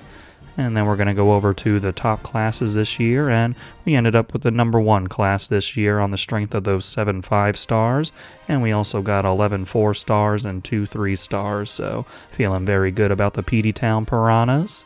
Eli Newcomb is now an 89 overall, 91 with tactician boosts, and for him we got his accuracy up a tick, and then we got his elusiveness to its cap as well as his quickness, and he's got 94 speed and 95 acceleration, along with 97 agility and 98 change of direction, and for his abilities we got him to silver mobile resistance. Randy McNeil is now a 97 overall, 98 with tactician boosts, and for him, his quickness was already maxed out, and his elusiveness has also reached its max potential, and his hands have gotten to 91 carrying, and then we also boosted up his power a little bit, so he's got that 91 trucking, and for his IQ, it's up to 92 ball carrier vision and 90 awareness. For his abilities, he's already had that platinum downhill, he's also got the bronze workhorse, and he already had the bronze balanced.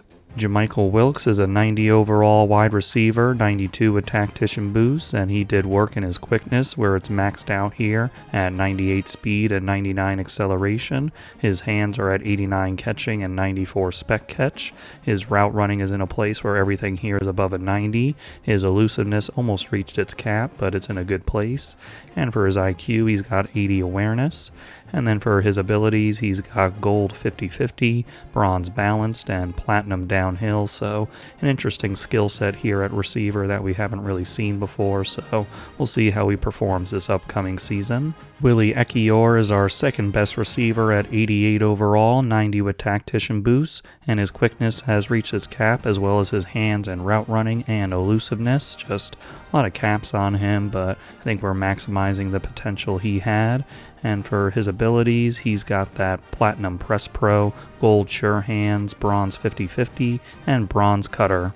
Got to point out Floyd Grimes here because I quite literally didn't do anything to progress him because he's at an 87 overall, true overall, and 89 with tactician boosts, and I don't want him to go to the NFL, and if he progresses any further, there's a risk of that, so quite literally did nothing for him. His ratings are still the same, and with those ratings not changing, I couldn't add anything to his abilities either, so he's going to stick with those 111 skill points, and we're just going to add on to that for next offseason, and we'll see where he's at then.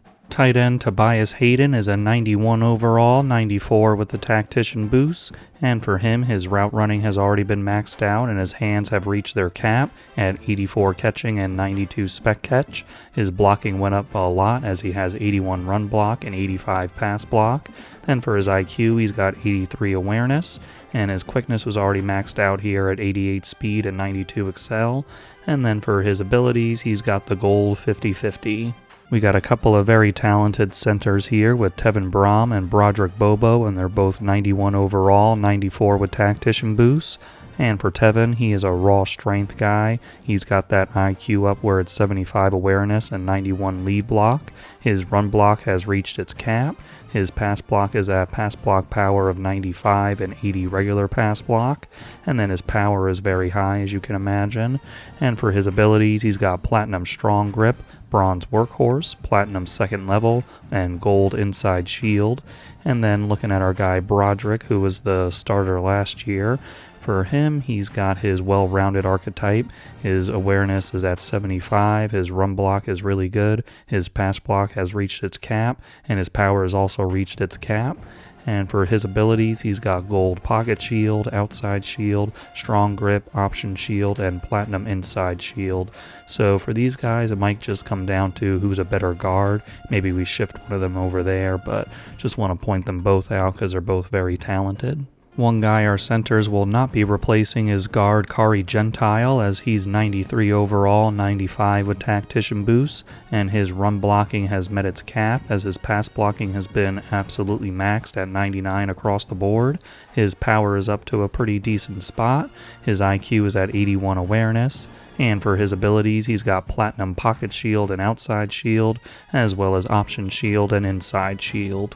Offensive tackle Alex John had 203 skill points to use this offseason, and we used it to get him to 99 overall and to make him one of the best offensive linemen we've ever had. He's maxed out in pass blocking and run blocking, and also his power and IQ, and we also got his footwork up a little bit as well as his quickness. And then for his abilities, he's got platinum everything with pocket shield, outside shield, strong grip, option shield, and inside shield. Defensive tackle Kevin Jones is a 90 overall, 92 with tactician boosts, and for him, his run stopping has gotten up to a nice place. He's got 99 tackle and 95 pursuit. His finesse moves are up to 95, and his quickness is already here at 83 speed and 91 acceleration, and his IQ went up a tiny bit.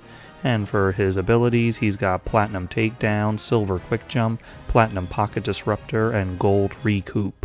Transfer linebacker Paul Whiting is now a 94 overall, and for him, we got his run stopping up a tick, and his pass coverage really did a lot of work as he now has 97 zone coverage and 91 man. And for his abilities, he's got silver house call, and he already had that gold robber and silver bouncer. Cornerback Darren Lampman is a 94 overall, 95 with tactician boost, and for him, his man coverage is almost at its cap as he's got 92 man and 95 press and 99 change of direction. His zone coverage is at 95 and his play rec is 99. His quickness is 93 speed and 95 acceleration. And then we look at his abilities. He's got silver blanket coverage, bronze jammer, platinum house call, bronze ball hawk, and silver knockout. Outside of Darren Lampman, we got an interesting case with these other cornerbacks as they're all juniors, as you got Jamie Salcedo, Miles Meadows, and Heath Byard, and I'm trying to keep them under a certain point so they don't go to the NFL. Although last offseason while I was doing Jamie, I overshot it a little bit and he's at 88, so a little concerned about that heading into next season. So we'll see if after the following season he declares for the draft or stays with us. But for these other guys, I feel pretty safe, so I think we're set up for the future either way. Free safety Rocky Long is a 95 overall, and he got his awareness up to 77 and play rec to 81. His pass coverage is pretty much perfect. His quickness got to 93 speed and 92 acceleration, with a little boost from that senior superlative coach ability. And then his run support is at 92 pursuit and 89 tackle. And for his abilities, he's got bronze wrap-up, platinum knockout, and bronze blow-up. Very excited to see our Piranhas get another national championship in an undefeated season, and we got that three-peat going and another undefeated regular season to keep that streak alive. So very excited to see how long we can keep that going, and next season I expect us to be in contention again and to try to get another undefeated season and a fourth straight national championship, and very exciting times ahead. I'll see you guys in the next video.